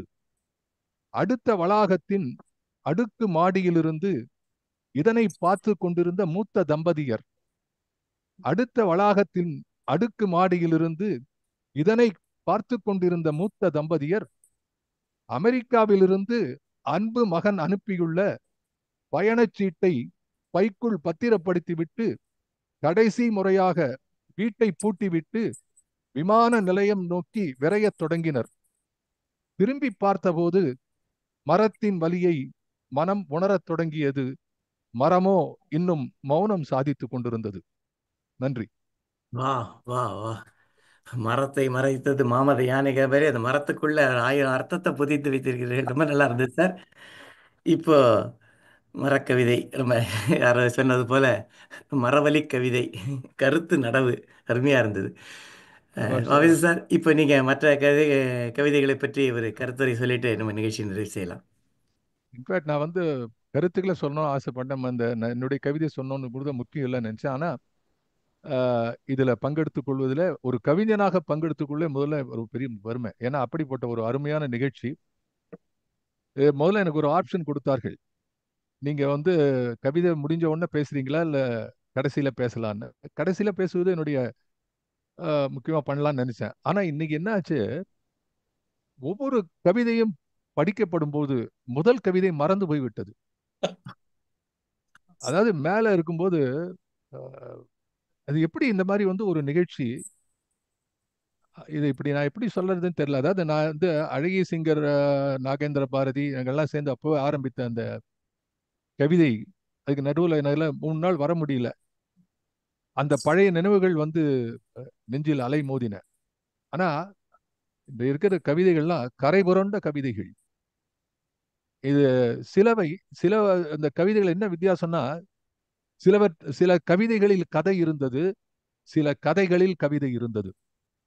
அதாவது இந்த பிரசன்டேஷன்ல சில பேர் கதையை முன்னிலைப்படுத்தி கவிதையை சொன்னார்கள், சில பேர் கவிதையை முன்னிறுத்தி கதையை சொன்னார்கள், சில பேர் இரண்டிலும் வென்றார்கள். அதுதான் அழகு இதுல. இதுல குறை நிறைய சொல்ல முடியாது. இப்போ ஒவ்வொன்றா சொல்லலாம். எனக்கு எவ்வளவு நேரம் டைம் இருக்கு தெரியல. ஐ திங்க் ஒரு already we crossed the time. எவ்வளவு நேரம் எடுத்துக்குன்னு தெரியல. இருந்தாலும் சுந்தரராஜன் இடம் கொடுப்பான்னு நினைக்கிறேன். எல்லாரையும் பத்தி ஒரு வார்த்தை சொல்லணும். ஏன்னா குவியத்தினுடைய ஒரு மிகப்பெரிய வெற்றி என்ன என்று சொன்னால், படைப்பாளிகளை ஊக்குவிப்பது. அதுதான் முக்கியமா நான் நினைக்கிறேன். குவிகத்தினுடைய மாட்டோ ஸ்லோகன் இருந்தா. அதனால இன்றைக்கு படித்த அத்தனை பேருக்கும் நான் ஒரு வரிச்சொல்லில் ஒரு மாலை போட விட முடியவில்லை என்றாலும் ஒரு சிறிய பூவையாவது கொடுத்தால்தான் அந்த பாராட்டு நிறைவு பெறும். ஆகவே நான் எல்லாற்றையும் சொல்லித்தான் ஆக வேண்டும். முதல்ல எடுத்தோன்னு பாருங்க மீவி. அதை விட இம்பார்ட்டன்ட் எங்க ஆரம்பிக்கணும்னா, சுந்தரராஜனுடைய முன்னுரை. அடேங்கப்பா, மொழிதயிர் பிசைந்த காந்தள் மென்மிலர் என்ற சங்கப்பாடல்ல ஆரம்பித்தவர். இது பெரிய விஷயம் இல்லையா, இது ஏற்கனவே காலங்காலமா இருந்து பாப்பா பாப்பா கதை கேளு, காக்கா நரியின் கதை கேளு, தாத்தா பாட்டி சொன்ன கதை, அம்மா அப்பா கேட்ட உள்ளத்தை உருக்கக்கூடிய ஒரு அற்புதமான முன்னுரையாக அவர் எடுத்து காமிச்சிட்டார். எனக்கு நினைவுக்கு வருதுன்னா கண்ணாசன், பனி படர்ந்த மலையின் மேலே படுத்திருந்தேன் சிலையை போலே, கனி கொடுத்த மாலை போலே, கன்னி வந்தாள் கண் முன்னாலே. அது என்ன சிவாஜியோட படம், ரத்த திலகம்னு படம் நினைக்கிறேன். அதுல அவன் ஒரு சோல்ஜர் மலையில உட்காந்து இமயமலைய அன்னையா பார்த்து, அடேங்கப்பா இப்படி எத்தனை பாடல்கள், இதெல்லாம் மனதிலே ஊறி இருக்கிறதே. இது ஒரு அற்புதமான ஒரு இது. தொடர்ந்து சொல்லிடுறேன். போனா இதை பத்தியே பேச ஆரம்பிச்சிருவேன். முதல்ல சுந்தரராஜனுக்கு ஒரு பாராட்டு. அருமையான சுந்தரராஜன் கிருபானந்தன் இருவருக்கும் ஒரு அற்புதமான நிகழ்ச்சியினுடைய பின்னணியை, ஒரு பேக்ரவுண்ட், ஒரு பிளாட்ஃபார்ம். இல்லைன்னா இவங்க அத்தனை பேர் கவிஞர்கள் எனக்கு தெரியும், அத்தனை பேரையும் நான் கேட்டிருக்கேன் ஏற்கனவே. ஆனா இன்றைக்கு இருந்த வேகம், ஒரு குதூகலம், ஒரு உற்சாகம், ஒரு ஆழ்ந்த ஒரு ஒரு ஈர்ப்பு, அப்படிப்பட்ட ஒரு அற்புதத்தை இன்றைய தினம் இந்த கவியரங்கம் செய்திருக்கிறது. முதல்ல நண்பர் மீவி ஒரு பெரிய மிகச்சிறந்த கவிஞர். நாங்கள் பல கவியரங்கள் ஒன்றாக கலந்து கொண்ட அந்த நினைவெல்லாம் வருது. பெரிய திருவடி எடுத்த உடனே அவர் ஒரு சூட்சமா சொல்லிட்டார், பா இன்றைய கவிதை அடிகள் எல்லாம் சிறிய திருவடி அல்ல, இந்த கவிதை அடிகள் எல்லாம் பெரிய திருவடி என்று எடுத்த உடனேயே அவர் தலைப்பை கொடுத்து விட்டார். பெரிய திருவடி தான். அதுல சிறப்பு என்ன அப்படின்னா, ஒரு கவிதை கதை எப்படி இருக்கணும்னு ஒரு மாடல் அவர் காமிச்சார். இது ஒரு மாடல் தான், இதுதான் எல்லாம் இருக்கணும்னு இல்லை. அதுல யாரை பத்தி பேசினார் அப்படின்னு கடைசி வரைக்கும் சொல்லல, அவருடைய பேரை சொல்லல, இப்படிதான் இருக்கணும் அப்படிதான் இருக்கல. ஆனா அந்த ஊரை சேர்ந்தவனால எனக்கு தெரியும், ஒரு மிகப்பெரிய தொழிலதிபர். அதாவது நெல்லை சார்ந்தவர் தான் தொழிலதிபர் இருந்திருக்கிறார்கள், அது இல்லைன்னு சொல்லல. அந்த பெயரை நான் அப்படியே அவரைக்கிட்டே விட்டுறேன் பேரை. ஆனா அதுல சொல்ல வந்த விஷயத்தை எப்படி சொன்னார்னா, பெரிய திருவடி எப்படின்னா, அந்த கருடன் எப்படி விஷ்ணு தாங்க முடியுமா அந்த வாகனத்தாங்க. எனவே பெரும் சுமையை சுமக்கக்கூடிய ஒரு விஷயத்த அப்பா சொல்லியிருக்கிறார் கிருஷ்ணர் கருடன். அது போல பெருஞ்சுமை தாங்கக்கூடிய ஒரு கருடன் எப்படி பெருமாளை தாங்கினாரோ, அதை போல இந்த சமுதாயத்தினுடைய தேவைகளையும் அதனுடைய பலன்களையும் கொடுத்து தன்னுடைய முதுகிலை தாங்கிய ஒரு மாபெரும் தொழிலதிபர். இல்ல சின்ன சுண்ணாம்புல இருந்து எடுத்து அதுல கூட இதை பத்தி நிறைய பேசுறதுக்கு இருந்தாலும் நான் வாழ்த்துகிறேன். அற்புதமான கவிதை. அந்த பெரும் சுமையை சுமக்கக்கூடியவன் தான் பெரிய திருவடி. அது எப்படி கனெக்ட் பண்றார் பாருங்க. Because stability must be there. ஒரு பெரிய திருவடி இருந்தால்தான் பெரியவற்றை தோளிலே சுமக்க முடியும். தோல் பெரிதாக இருந்து பிரயோஜனம் இல்லை, அடிதான் பெருசா இருக்கணும். கவிதைக்கும் அது பொருந்தும் என்று சொல்லி நான் அடுத்த கவிதைக்கு செல்கிறேன். சுரேஷ், நரி வரவில்லை. அடேங்கப்பா, எங்க சுரேஷ்? அருமை அருமை. அதாவது இந்த நரி கதையில நாங்க மேனேஜ்மெண்ட் கோர்ஸ்ல, சுந்தரராஜன் போன்றவர்களுக்கு தெரியும், மேனேஜ்மெண்ட் கோர்ஸ்ல நரி கதையை மாத்தியே சொல்லுவோம். அதாவது அதுக்கு கடைசியில நரி இதுவாச்சு. ஏன் ஒரு இந்த விவேக் ஜோக் ஒன்று நரி கதையை வைரமுத்து மாதிரி சொல்றது ஒரு ஜோக் வரும். கடைசியில பாடுன உடனே நரி என்ன பண்ணும், ஆஹா நான் காலில் தூக்கி வடைய வச்சுட்டு வாயை திறந்து பாடுவேன் அப்படிங்கும். உன்னை எப்படிதான் கேட்டா, நான் வைரமுத்து வீட்டு வாசலிலே இருக்கக்கூடிய நரி, டியூன் கொடுத்தாதான் பாடுவேன், இல்லைன்னா பாட மாட்டேன்னு சொல்லிட்டு அப்படின்ட்டு இதுல எத்தனையோ ஆனா இவரு சொன்னது அற்புதம். இது இந்த கவிதை எப்படி இருக்குன்னா, there is a moral of the story. இந்த கவிதை எதுக்காக சொல்லுன்னா, முற்பகல் செய்யின் பிற்பகல் விளையும், நீ திருடினால் அது உன் திருட்டு, அதுதான் இந்த மாரல் ஆஃப் த ஸ்டோரி. ஆனா இன்றைய சமுதாயத்துல அந்த மாரல் இருக்கிறதா? திருடர்கள் தப்பித்து செல்கிறார்கள், நரி வரவே இல்லை. அடேங்கப்பா, இதுதான் கவிதை. இது அனதர் மாடல் ஆஃப் த, இந்த கதையில இருக்கக்கூடிய அந்த பழைய கதையை எடுத்துட்டார், அதை புது விஷயமா மாத்தி சொல்லிட்டார் சுரேஷ் வாழ்க. அடுத்தது இந்திரா ராமன், எக்ஸாக்ட்லி ஆப்போசிட். இது ஆயுதமே இல்ல ஆயுதம், ஒரு மடை திறந்த வெள்ளம் போல் அந்த கவிதை வந்து கொண்டே இருக்கிறது. இதுல இதுல இது அனதர் எக்ஸ்ட்ரீம் சைடு. இதான் ரெண்டேல இல்ல, ஒரு நரி வரல முடிச்சிட்டார் அவர். ஆனா இங்க ஒரு சிங்கம் வந்துடுது. நரி வராது போயிடுது, ஆனா அடுத்த கவியில ஒரு சிங்கம் வந்துடுது. அந்த சிங்க கவிதை ரொம்ப அருமையா சொன்னார்கள். அதுல என்ன அப்படின்னா, இந்த கவிதை சொன்னதெல்லாம் கூட பெரிய விஷயம் இல்லை, கருத்து இஸ் வெரி முக்கியம். அதான் நான் ரொம்ப நினைச்சேன்னா, பரிதவித்து நின்றான் நாராயணன் அப்படிங்கிறது இது இது ரொம்ப அருமையானது. நான் ஆனா இந்த அப்ரோச் நான் பல உபன்யாசர்கள் கிட்ட, மஞ்சிக்குடி ராஜகோபால் சர்மா, பாலகிருஷ்ண சாஸ்திரிகள், எம்பார் விஜயராகாச்சாரியார், இது போன்று நான் கேட்டிருக்கேன் அந்த காலத்துல. ஆனா இன்றைக்கு இந்திரா செய்தது அற்புதமான விஷயம். இதுல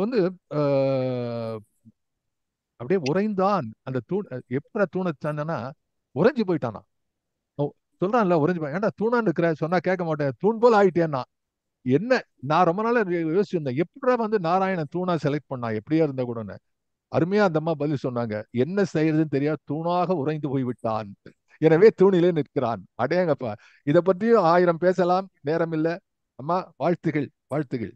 அடுத்து என்னுடைய இனிய நண்பர் மீனாட்சி பாலகணேஷ் அவர்கள், அருமை. அதாவது அனதர் டைமென்ஷன். இத்தனை இதுல ஒரு மொழிபெயர்ப்பை கொண்டு செலுத்த வேண்டும்னு, அதாவது இன்புட்னு இருக்கு. அதாவது நம்ம குவியத்தில் இருக்கக்கூடிய பெரிய ஒரு பலமே பன்முகம் நோக்கிய அறிஞர்கள், படைப்பாளிகள் எல்லாம் இருக்கக்கூடிய இடம்.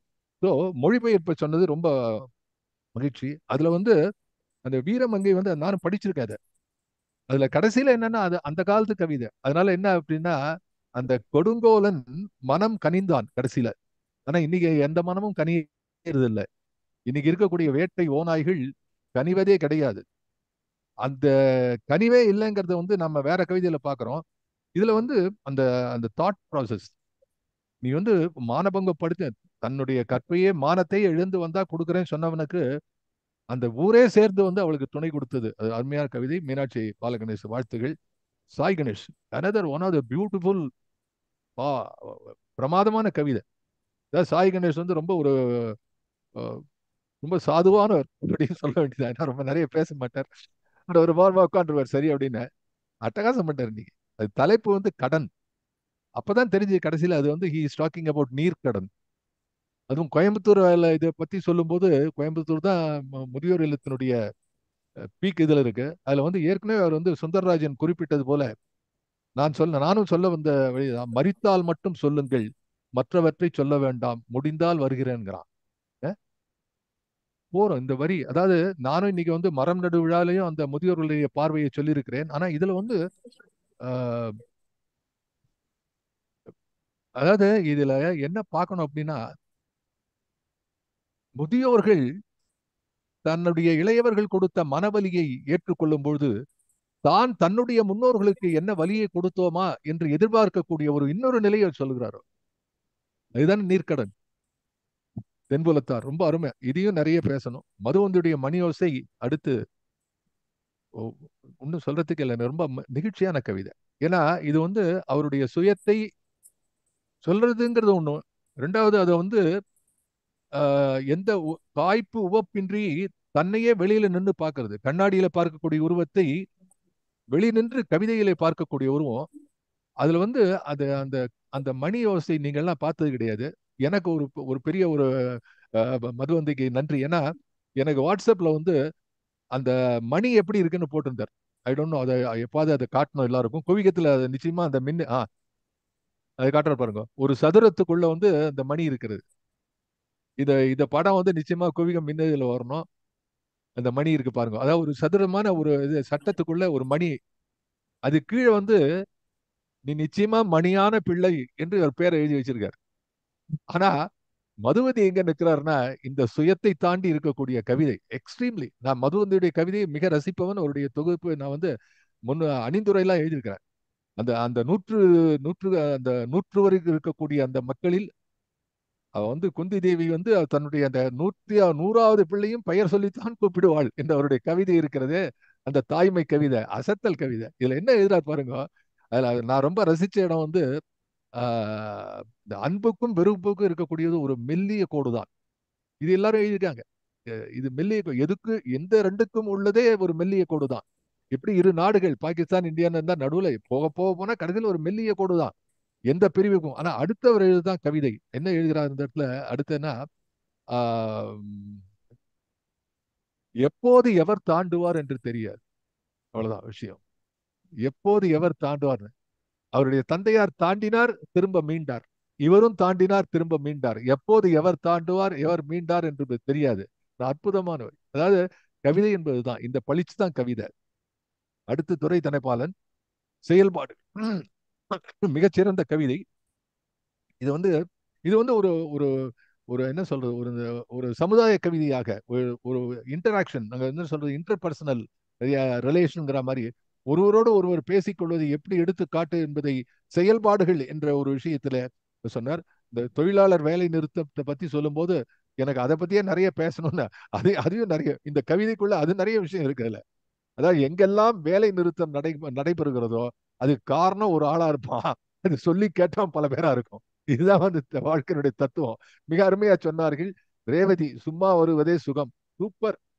எனக்கு தெரிஞ்ச I think I am recommending Revathi to become part of a CBI group. ஒரு 9 கோடி ஊழலை நீங்க கண்டுபிடிச்சிருக்கீங்க. ஆனா தமிழ்நாடுக்கு இன்னும் நிறைய உங்களுக்கு வாய்ப்பு இருக்கு. ஏன்னா இங்க ஆயிரக்கணக்கா கோடி இருக்காங்க. அட்டகாசம் சார், நிஜமா சொல்றேன். இதை நீங்க சிறுகதையா எழுதிருக்கீங்களா இல்லையான்னு எனக்கு தெரியாது. அதாவது மாஸ்க் போட அங்க போய் தெரியாதனமா, அதாவது இந்த குழந்தைகள் எல்லாம் தூங்க பண்ணும்போது சொல்லுவாங்க, தூங்கிட்டியா, அந்த குழந்தை தூங்குற மாதிரியே நடிச்சுட்டு இருக்கும். தூங்குறவங்களுக்கு எப்பவுமே கை அசையும் அப்படின்னு அந்த குழந்தை கை அசைக்கும். தூங்குறவங்களுக்கு கால் அசையும் அப்படின்னு இந்த குழந்தை காலை அசைச்சு காட்டும். தூங்குறவங்க எழுந்து நிற்பாங்க அப்படின்னா எழுந்து நின்றுடும். கடைசியில தூங்குறவங்க எழுந்து நிற்பாங்க. இது மாதிரி குழந்தைகள் கிட்ட விளையாடுற விளையாட்டு போல ரேவதி சூப்பர். பாவலர் மீனாட்சி சுந்தரம், அதாவது கௌரவம் காப்பாற்றப்பட்டது. அதை விட முக்கியம் என்னன்னா, அந்த கௌரவம் காப்பாற்றப்பட்டதை ஒரு கவிதையில கொண்டு வந்தார் பாருங்க, அவருக்கு மிகச்சிறந்த பாராட்டு. ஒரு கவிதையினுடைய கருப்பொருள் என்பது அந்த கண்ணியம். இது ஏன் சொல்றேன் அப்படின்னா, அந்த மகன் மந்தவெளிங்கிறது எனக்கு இந்த இப்பதான் புதுசா புரியுது. மந்தவெளிங்கிறதுக்கு புதிய பொருள் எனக்கு கிடைக்கிறது. எங்க ஊர்ல மந்தவெளி பார்த்திருக்கோம் நிறைய. அது கோடு 28 9 பின்கோடு ஞாபகம் இருக்கு. ஆனா இது மந்தவெளியில மகன் தந்தை காற்றக்கூடிய மிகச்சிறந்ததாக அந்த கடனை அடைக்கிறான். அந்த கௌரவம் காப்பாற்றப்பட்டது என்பது இவர் காதல விழுந்து அதை பார்த்து அதை பதிவு செய்கிறாரே. சார், உங்களுடைய பணியிலே நீங்கள் பெற்ற மிகச்சிறந்த அனுபவமாக நானும் இதை கருதுகிறேன். வாழ்க வளர்க. அடுத்து Vatsala, super. Madam, I want to give you a hug from here, from America. அடேங்கப்பா, இன்னொரு முகம் அப்படியே டப் டப் டப் இதயம் துடிச்சது. ஆனா உண்மையா சொல்லணும்னா, ஒரு பாதி கவிதை தாண்டின பிறகு எனக்கு கதை தெரியினாலும் உங்களை தெரியும். அதனால இது எந்த முடிவுக்கு போறதுன்னு தெரிஞ்சு போச்சு எனக்கு. உங்களுடைய அந்த கோபமும் ஆத்திரமும் இப்படி இந்த ஒரு கவிதையில அடங்கிட முடியாது. அவனை நிச்சயமா நீங்க நல்லவனா காட்ட மாட்டீங்க, எனக்கு தெரியும் எனக்கு. ஆனா அதனாலதான் இல்லைன்னா எனக்கு டப் டப் டப் என் இதே அடிச்சிருக்கும். ஒருவேளை அவன் நல்லவனா இருப்பான். உங்கள் கவிதையில் வரக்கூடிய ஆண் மக்களுடைய பெருமை எனக்கு தெரிஞ்சதுனால சரி, கடைசியில இவன் இப்படிதான் மாட்டோம். ஆனா அதுல எங்கெல்லாம் இருக்கு அப்படின்னா, அந்த பெண்ணுடைய எதிர்பார்ப்பு இதெல்லாம் தாண்டி அந்த காலத்துல நான் நினைச்சு பாரு, சரோஜா தேவி ஒரு டான்ஸர், ரங்கராவ் அப்பா, சரோஜா தேவி மகள், கருப்பு வெள்ளை படத்துல இந்த காம்பினேஷன் ரொம்ப சிறப்பு. அவ எழுதி ஓடுவா, கல்யாணத்துக்கு பிக்ஸ் ஆன உடனே அப்படியே மாடி படியில கிடுகிடுன்னு சுத்தி ஓடி ஆஹா ஆகான்னு ரசிப்பா. இப்படி இருந்த மணமக்கள் எல்லாம் இன்று திருமணம் என்று சொன்னால் பெண்கள் தயங்குகிறார்கள், பெண்கள் பயப்படுகிறார்கள். என்ன நடக்குமோ, எந்த இடத்துல எந்த சிறையிலே நம்மை தள்ளப் போகிறார்களோ என்ற பயத்தை இந்த சமுதாயம் உண்டாகி இருக்கிறதே. அதிலிருந்து மீளுவதற்கான ஒரு சில வரிகளிலே அன்னையார் அவர்கள், வத்சலா அவர்கள் மிகச்சிறந்த பணியை செய்து கொண்டிருக்கார். அவருடைய 500 கவிதைகளையும் படிச்சவன் தான். அதனால சொல்றார், அற்புதமான கவிதை. இன்றைக்கு அந்த கவிதை ஓட்டத்துல எல்லாருடைய இதயத்தையும் தப் தப் தப் என்று துடிக்க வைத்து விட்டீர்கள். அடுத்து நாகேந்திர பாரதி. நாகேந்திர பாரதி, மீ விஸ்வநாதன், இல்ல நானே அப்படி கூட எழுதினா கூட கவிதையினுடைய சுருக்கத்தையே நாங்க பார்த்துட்டு அதாவது கவிதை வடிவு எப்படி இருக்க வேண்டும் சொல்லக்கூடிய விஷயத்தை. இப்போ ஃபார் எக்ஸாம்பிள் இந்த நரசிம்மர் கதையில வந்து இப்ப நானோ மீ விஸ்வநாதனோ இல்ல நாகேந்திர பாரதியோ இந்திரா எழுதின அந்த கவிதை எழுதினா இதுல பாதி தான் எழுதியிருப்போம். நான் தூணா வரைஞ்சதுல நிறுத்திருப்பேன், அதுக்கு மேல போயிருக்க மாட்டேன். இப்படி கவிதையிலே சில டெக்னிக் இருக்கு. அந்த டெக்னிக்கை ஃபாலோ பண்றதுல வந்து மிகச்சிறந்த விற்பனர் நாகேந்திர பாரதி. அதாவது அவருடைய உரைநடையும் அது மாதிரி இருக்கும். ரொம்ப மிகச்சிறந்த ஒரு பேசும்போது அது மாதிரி. நான் நாகேந்திர பாரதியை ஒரு ஒரு ஒரு ஆளுமையாக ஒரு முழுமை பெற்ற மனிதராக இங்கே சொல்றேன். இந்த கவிதை ஒரு எடுத்துக்காட்டு. சொல்றது எல்லாம் சொல்லக்கூடாது. The power the power rest in restraint என்பார்கள். இந்த ரெஸ்ட்ரைன்ல தான் பவர் இருக்குங்கிறதுனால எல்லா பவரையும் காட்டிடக்கூடாது. In restrain only the power remains. அதனுடைய அர்த்தத்தை வந்து நாகேந்திர பாரதியுடைய கவிதையில எப்பவும் காட்டலாம். அந்த சுவர் ஓவியங்கள்ல, சுவர்ல இருந்த குட்டி சுவர்ல அவர் அவர் சீனாவின் பெருஞ்சுவரை காட்டவில்லை, குட்டி சுவர் தான் காட்டினார். ஆனா அந்த குட்டி சுவரிலே இருக்கக்கூடிய விஷயத்தை, அந்த குட்டி சுவரை பள்ளிக்கூடமா மாற்றி காட்டு விட்டார். அது நினைவலைகளில் பள்ளிக்கூடமா இருந்தது, கவிதையில பள்ளிக்கூடமாக மாறிவிட்டது. மிகச்சிறிய கவிதையாக இருந்தாலும் மிக சிறந்த கவிதையாக அந்த கவிதை என்னுடைய காதுகளிலே வந்து சேர்ந்தது. அடுத்து புஷ்பா விஸ்வநாதன், எல்லா ரத்தம் சிவப்பு நிறம்தான். இதுவும் ஒரு மிகச்சிறந்த சிறுகதை. அதாவது மனிதர்கள் சில நேரங்களிலே தம்மை தாமே உணர்ந்து கொள்கிறார்கள். அது வந்து ஆனா இதுல என்ன பியூட்டி அப்படின்னா, அந்த காய்கறியில ஆரம்பிச்சது தான் எனக்கு ரொம்ப காய்கறியில ஆரம்பிச்சாங்களே, காய்கறி பையில ஆரம்பிச்சது. அதுல வந்து காயும் இருந்தது, கறியும் இருந்தது என்று சொல்லக்கூடிய காய்கறி. ஆகவே அந்த கதையில இருக்கக்கூடிய அந்த சத்து ரொம்ப அருமையா இருந்தது. அப்புறம் வந்து அதிரன். அதிரன் வந்து நான் மதுரந்திக்கு நன்றி சொல்லணும். ஒரு இனிமையான கவிஞருடைய கவிதையை நாம் நழுவ விடாமல் அதை படித்து காட்டியதற்காக அவரை பாராட்டுகிறேன். அதுல வந்து ரொம்ப அருமையா அந்த அதுவும் அதிரன் எகைன் சுருக்கம். அதாவது கவிதையினுடைய ஒரு மாடல் இது. நான் சொன்னேன் இன்றைக்கு பார்க்கும்போது ஒரு கேமெட். ஒரு பக்கம் வந்து மீ விஸ்வநாதன், நாகேந்திர பாரதி போன்றவர்கள் சொன்னா, இது சுரேஷ் போன்றவர்கள் சொன்னா, இன்னொரு பக்கம் வந்து இந்திரா போன்றவர்கள் சிறந்த கதைகளை சிறந்த அமைப்பில் இருந்தார். ரெண்டுமே பாராட்டுக்குரியவை, புகழுக்குரியவை, போற்றற்குரியவை. இதுல சொன்னதுல எனக்கு பிடிச்சதுன்னா, அது கையை பிடிக்கிறாரு அவர் இந்த பூங்கால போனவன. அதாவது எப்பவும் இல்லாம கொஞ்சம் வித்தியாசமா மிக குளிர்ச்சியாக இருந்தது இந்த கை. இது நினைச்ச பண்ண கடைசியில வீட்டுல உட்காந்து பேசும்போது ஐயோ அவரை கையை நம்ம தொட்டுட்டோமோன்னு நமக்கே ஒரு பயம் வருது. அடாடாடா கவிதை சார். அதாவது இது என்ன அப்படின்னா, நாம் இடமாற்றம் செய்து கொள்ள வேண்டும். இத்தனை கவிதைகளை படிக்கும்போது சில பேர் மரபு, சில பேர் புது கவிதை, சில பேர் நீளம், சில பேர் குறைவு. நம்ம நாமே மாத்தின்னு பார்க்கணும். இந்த மேஜிக்கல் வேர்ட்ஸை வந்து நம்ம கவிதையில மறுபடியும் எது பாடினது வச்சலா பாடினாங்களே, இது எல்லாத்தையுமே நாம சேர்த்து எப்படி கொண்டு வர முடியும் பார்க்கணும். அப்படி பார்க்கும்போது இன்னொரு ஒரு absolutely top ranking new technique by Sundararajan. அடுத்த கவிதை சுந்தரராஜன். ஹவு டு மேக் கம்யூனிகேஷன்ல வந்து கவிதை கம்யூனிகேஷன்ல வந்து சுந்தரராஜன் டாப். இந்த சென்ஸ் ஒரு பக்கம் வந்து செழுந்தமிழ், அதாவது சிலப்பதிகாரம் சங்கத்தமிழே வந்துட்டு உள்ளுக்குள்ள இது மன்னோ அன்னோன்னு எல்லாம் ஓடி போயிருப்பான். ஆனா நடுவுல ரெண்டே ரெண்டு உரையாடல் சொற்களை போட்டார், பிச்சுன்னு போயிடுது கவிதை. அதாவது அந்த கவிதையினுடைய அதாவது இது எப்படின்னா, நக்கீரங்கிட்ட கேட்டான் என்ன அந்த பழைய வண்டு கவிதை எல்லாம் யாருக்கு சந்தேகம் வந்தாலும் வண்டு கிட்ட போயிடும். அஞ்சிரை தும்பி மாதிரி வந்து யாருக்கு அந்த காலத்துல இப்போ 55 வருஷம் கவிதைனர் பார்க்கலாமே. அந்த நேரத்துல வந்து இவருக்கும் அந்த அஞ்சிரை தும்பி மயக்கம் தான் வந்திருக்கும். அந்த அஞ்சிரை தும்பி போய் கேட்டு கடைசியில இவருக்கு வந்து அப்ப கல்யாண வயசு வந்துருத்துன்னு தெரிஞ்சது. என்ன அப்படின்னா, வண்டு மனைவி என்ன சொல்லுமோன்னு பயந்துருத்து. அதுல வந்து ஒரு சின்ன குழு வச்சுட்டார். சரி, இந்த வயசு மட்டும் இல்ல, திருமணத்துக்கு தயாராகி கொண்டு இருக்கிறார் என்பதை தெரிந்து போய்விட்டது. அதுல வந்து இட்ஸ் எ குட் டெக்னிக். அதாவது நீங்க இது வந்து நீங்க ட்ரை பண்ணலாம். செழுந்தமிழ் இது வந்து ஐ திங்க் சில கவிஞர்கள் ஏற்கனவே ட்ரை பண்ணியிருக்காரு. இதே மொழிதயிர் பிசைந்த காந்தல் மென்விரல், கையை தொடுத்து கொண்டு கமலி எழுந்தாள். கமலிங்கிற பேர் வந்து ஞானக்கூத்தன் ரொம்ப பிடிச்சது. கமலி மொழிதயிர் பிசைந்த காந்தல் மென்விரல் போட்டுட்டு கமலி எழுந்து கையை துடைத்து கொண்டாள்னு போட்டா சங்கத்தை இன்றைய தினமாக உருவாக்கி காட்டார். அற்புதமான டெக்னிக் சுந்தரராஜனுடைய பாராட்டுகள். அப்புறம் வந்து நெடுநாளைக்கு அப்புறம் வந்து திருநாவுக்கரசு வந்தார் உள்ள. ஆனா அதே மாதிரிதான் இருக்காரு. அப்படியே ஒரு அதே சூப்பர். இது பெரிய பரம்பரை. உமா பாலசுப்ரமணியம் அவருடைய திருமகனார் என்று சொன்னால் நூற்றாண்டு கண்ட பெருங்கவிஞர், திரைக்கவிஞர். அது மாதிரி வந்து ஒரு அற்புதமான பாடல் அவரது. வெள்ளத்தனைய மலர் நீட்டம். ஒரு ஆசிரியனாக அந்த கவிதை நான் பெரிதும் போற்றுகிறேன். நாங்க அப்பப்போ காலை தூக்கி விட்டுப்போம். என் ஸ்டூடெண்ட்ரா, விஸ்வநாத ஆனந்த் என் ஸ்டூடெண்ட் பாடுறவங்க. எங்க கல்லூரியில படிச்ச 12 பேருக்கு சங்கீத கலாநிதி விருது கிடைச்சிருக்கு மியூசிக் அகாடமியில.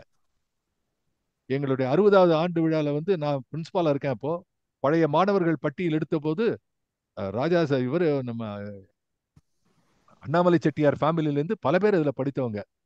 அப்படியே காலரை தூக்கி அப்படி அப்படி விட்டுக்க போகும்போது தான் தெரியுது, அடாடா நாம ஒண்ணும் பண்ணலையே, நீயா பண்ண வெள்ளத்தனைய மலர் நீட்டம் மாந்தர்தம் உள்ளத்தனை வள்ளுவன் அன்னைக்கே சொல்லிட்டோம் இல்லையா? ஆகவே இது எவ்வளவு அற்புதமான கவிதை, அழகான நிறுத்தமான எண்சீர் விருத்தத்துல அற்புதமா பாடிய மரபு கவிஞருக்கு மனதார பாராட்டு. ரொம்ப நாளைக்கு ஒரு பார்த்தேன். என்னுடைய பர்சனல் லெவல்ல நான் உங்களுடைய வாழ்த்துக்களை தெரிவித்துக் கொள்கிறேன். ஆக இன்றைய தினம் நாம பார்த்த இந்த கவிதைகள் எல்லாமே மிகச்சிறந்த கவிதைகள். இதுல இதுல வந்து இது நல்லது அது கெட்டதுன்னு இல்லை, இது குறை நிறை அதெல்லாம் உண்மை கிடையாது. எல்லாமே குறை நிறை எங்க சொல்றது அப்படின்னா எங்கிட்ட தான் சொல்லணும். ஏன்னா எல்லாத்த பத்தியும் நிறைய பேச முடியாத நேரத்துல சிலவற்றை குறைவாக சொல்லியிருப்பேன், சிலவற்றை நிறைவாக சொல்லியிருப்பேன். எனவே என் குறை நிறைகளை மன்னித்து நீங்கள் அருள வேண்டும் என்று நான் உங்ககிட்ட தான் கேட்கணும் ஒழிய எஸ் எ ப்ரோக்ராம். இப்போ வந்து சக்சஸ் ரேட்டு இப்போ வந்து இப்போ நெக்ஸ்ட் வந்து இது ரேட்டிங் கொடுக்கறதுக்கு வருவார் சுந்தரராஜன். அதுக்கு முன்னாடி இந்த ரேட்டிங்க்கு வந்து உங்களுக்கு ஒரு க்ளூ கொடுக்குறேன். ஒன்று வந்து ஒரு நிகழ்ச்சி நல்லா இருக்கணும்னா அந்த நிகழ்ச்சியினுடைய தலைப்பு, நிகழ்ச்சியினுடைய அந்த அந்த ஃபார்மேட் எப்படி இருக்குங்கிறது, ரெண்டாவது அதுல கலந்து கொண்டவர்கள், அதுல இருக்கக்கூடிய விஷயங்கள், இதெல்லாம் பார்க்கும்போது என்னை பொறுத்த வரைக்கும் அது உள்ளுக்குள்ளவே போக வேண்டாம், டாப் இது மேக்சிமம் ரேங்க் தான் நீ கொடுக்கணும். ஒரு கவிதை நிகழ்ச்சியை நான் அழகேசிங்கிற வந்திருப்பார் நினைச்சேன், அவர் வரல. அதாவது கவிதைக்காகவே இருக்கக்கூடிய தளங்களில் சில நேரங்களிலே எப்படி அது எடுத்துன்னு போறதுன்னு தெரியல. சில நேரங்கள்ல அது நானும் ஒரு ரெகுலரா அதுக்கு நான் உள்ளுக்குள்ள போகாதனால நான் ரொம்ப மிஸ் பண்றேன் அது. இன்றைக்கு வந்து எனக்கு ஒரு பெரிய ஒரு சாப்பாடு கொடுக்குற ஒரு பெரிய விருந்து, இந்த கல்யாண சமையல் சாதம் அது மாதிரி. ஆனா எனக்கு அது கூட ஒரு சந்தேகம், புளியோதரையும் சோறு வெகு பொருத்தமாய் சாம்பார்னு எழுதியிருப்பான். அது எப்படி பொருத்தமாகும்? ரொம்ப நாளைக்கு அப்புறம் தெரிஞ்சுன்னு, என்னடா இது புளியோதரைக்கும் சாம்பாருக்கு என்ன சம்பந்தம்? அப்புறம் அவர் சொன்னார், சார் அது அந்த காலத்துல வந்து சும்மா எதுகமானுக்கு போட்டாங்க சார். அதனால பழைய கவிதைகளை மறுபடி பார்க்கும்போது கவிதைகளுடைய வாழ்வினுடைய ஒரு மிகப்பெரிய ஒரு ஒரு ஒரு பின்னணி எனக்கு கவிதைகளை கேட்டுக்கொண்டே இருக்கணும்னு தோணும். ஆக இன்றைக்கு எனக்கு ஒரு பெரிய விருந்து படைத்தீர்கள். அதுல கடைசியில 2-3 எவ்வளவு நிமிஷம் நிறைய பேசிட்டேன்னு நினைக்கிறேன். அதனால ஒரு எல்லாரை பத்தியும் ஒரு நிமிஷம் சொன்னா கூட 15 பேர் பேசியிருக்காங்க, 15 நிமிஷம் வேணாமா? எனவே அதற்கும் சொல்லி மறுபடியும் சுந்தரராஜன் கிருபானந்தன் இரட்டையர்கள் மீண்டும் ஒரு அப்படி ஒரு அப்படி இன்னொன்று ஒவ்வொரு சீட்டை போட்டாலும் ஒவ்வொன்றும் துருப்பு சீட்டாக விழுகிறது நம்ம நிகழ்ச்சியில. ஆகவே அத்தனை பேருக்கும் நன்றி சொல்லி இந்த அளவிலே என் தரப்பிலே நான் நிறைவு செய்கிறேன். நிகழ்ச்சியை முறையாக நிறைவு செய்ய சுந்தரராஜனை அழைக்கிறோம். நன்றி. சுந்தரராஜன், ஒரே ஒரு ரிக்வெஸ்ட். சுந்தரராஜன், இன்னைக்கு படிச்ச எல்லா கவிதையும் ஒரு தொகுப்பா குறும்புதினத்தோட இணைப்பா கொடுக்கலான்னு தோணுது. அந்த பனி மின்னிதழில் போட்டிங்கன்னா எவ்வளவு போட முடியும்? இது வந்து ஒரு தனியாக ஒரு புக்கு மாதிரி, கதைக்குள் கவிதை மாதிரின்னு ஒரு தலைப்பு வச்சு எல்லா கவிதையும் தொகுத்து வாவேசுவோட இப்போ சொல்ல முடியாதெல்லாம் அவர்கிட்ட சொல்லி எவ்வளோனுக்கும் அந்த உரையும் சேர்த்து கொடுத்தா ரொம்ப அழகானதாக இருக்கும். I'll do that definitely. பண்ணுவேன் சார். நீங்கள் எல்லாரும் உங்களுடைய கவிதையை வந்து என்னுடைய இதுக்கு அனுப்புங்க, மெயில் அனுப்பிச்சி விட்டுருங்க, editor@kuvigam.com-க்கு. நம்ம எல்லாத்தையும் தொகுத்து ஒரு சின்ன இலவச இணைப்பாக முதலே சொன்னார் இவர் மதுவந்தி, நானே ஸ்பான்சர் பண்ணுறேன் அப்படின்னாரு. எல்லா நம்ம குவிகம் நண்பர்கள், குறும்புதிய நண்பர்கள் அனைவருக்கும் அனுப்புறதுக்கு ஏற்பாடு செய்யலாம் அப்படின்னு சொல்லியிருக்காரு. கண்டிப்பாக அவர் வாபேஸ் அவருடைய கவிதை, கதை, விமர்சன, கட்டுரை எல்லாமே சேர்ந்துருக்கும் அந்த இதில். அது எல்லாமே இணைந்த ஒரு இதாக நான் நிச்சயமாக செய்வோம் சார். நன்றி. இன்றைய நிகழ்வு பற்றி உங்களுடைய ரேட்டிங் 1 to 5. எஸ் எண்டிங் போல் 17 பேர் போட்டிருக்கீங்க. ஷேர் ரிசல்ட்ஸ் 82% நல்ல நிகழ்வு. இந்த இதுக்கு மதிப்பீடு கொடுத்துருக்கீங்க, மிகவும் மகிழ்ச்சி, ரொம்ப சந்தோஷம். கண்டிப்பாக அடுத்த நிகழ்வு என்னங்கிறத பற்றி சொல்லிட்டு நிகழ்ச்சி நிறைவு செய்வோம்.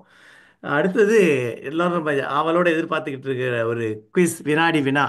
நமது வழக்கமான சாய் கோவிந்தன் அவர்களுடைய பண்ண போகிறாரு, அவருடைய டீம் வரப்போகுது. ஸோ நம்ம ஜாலியாக என்ஜாய் பண்ணுவோம். அது எப்படி இருக்க போகுது என்னங்கிறத பற்றி நம்ம அடுத்த வாரம் பார்க்கலாம். குவிஸுக்கு நாகேந்திர பாரதி வழக்கமாக வின் பண்ணுறவர் அவர். வாங்க, நன்றி, வணக்கம்.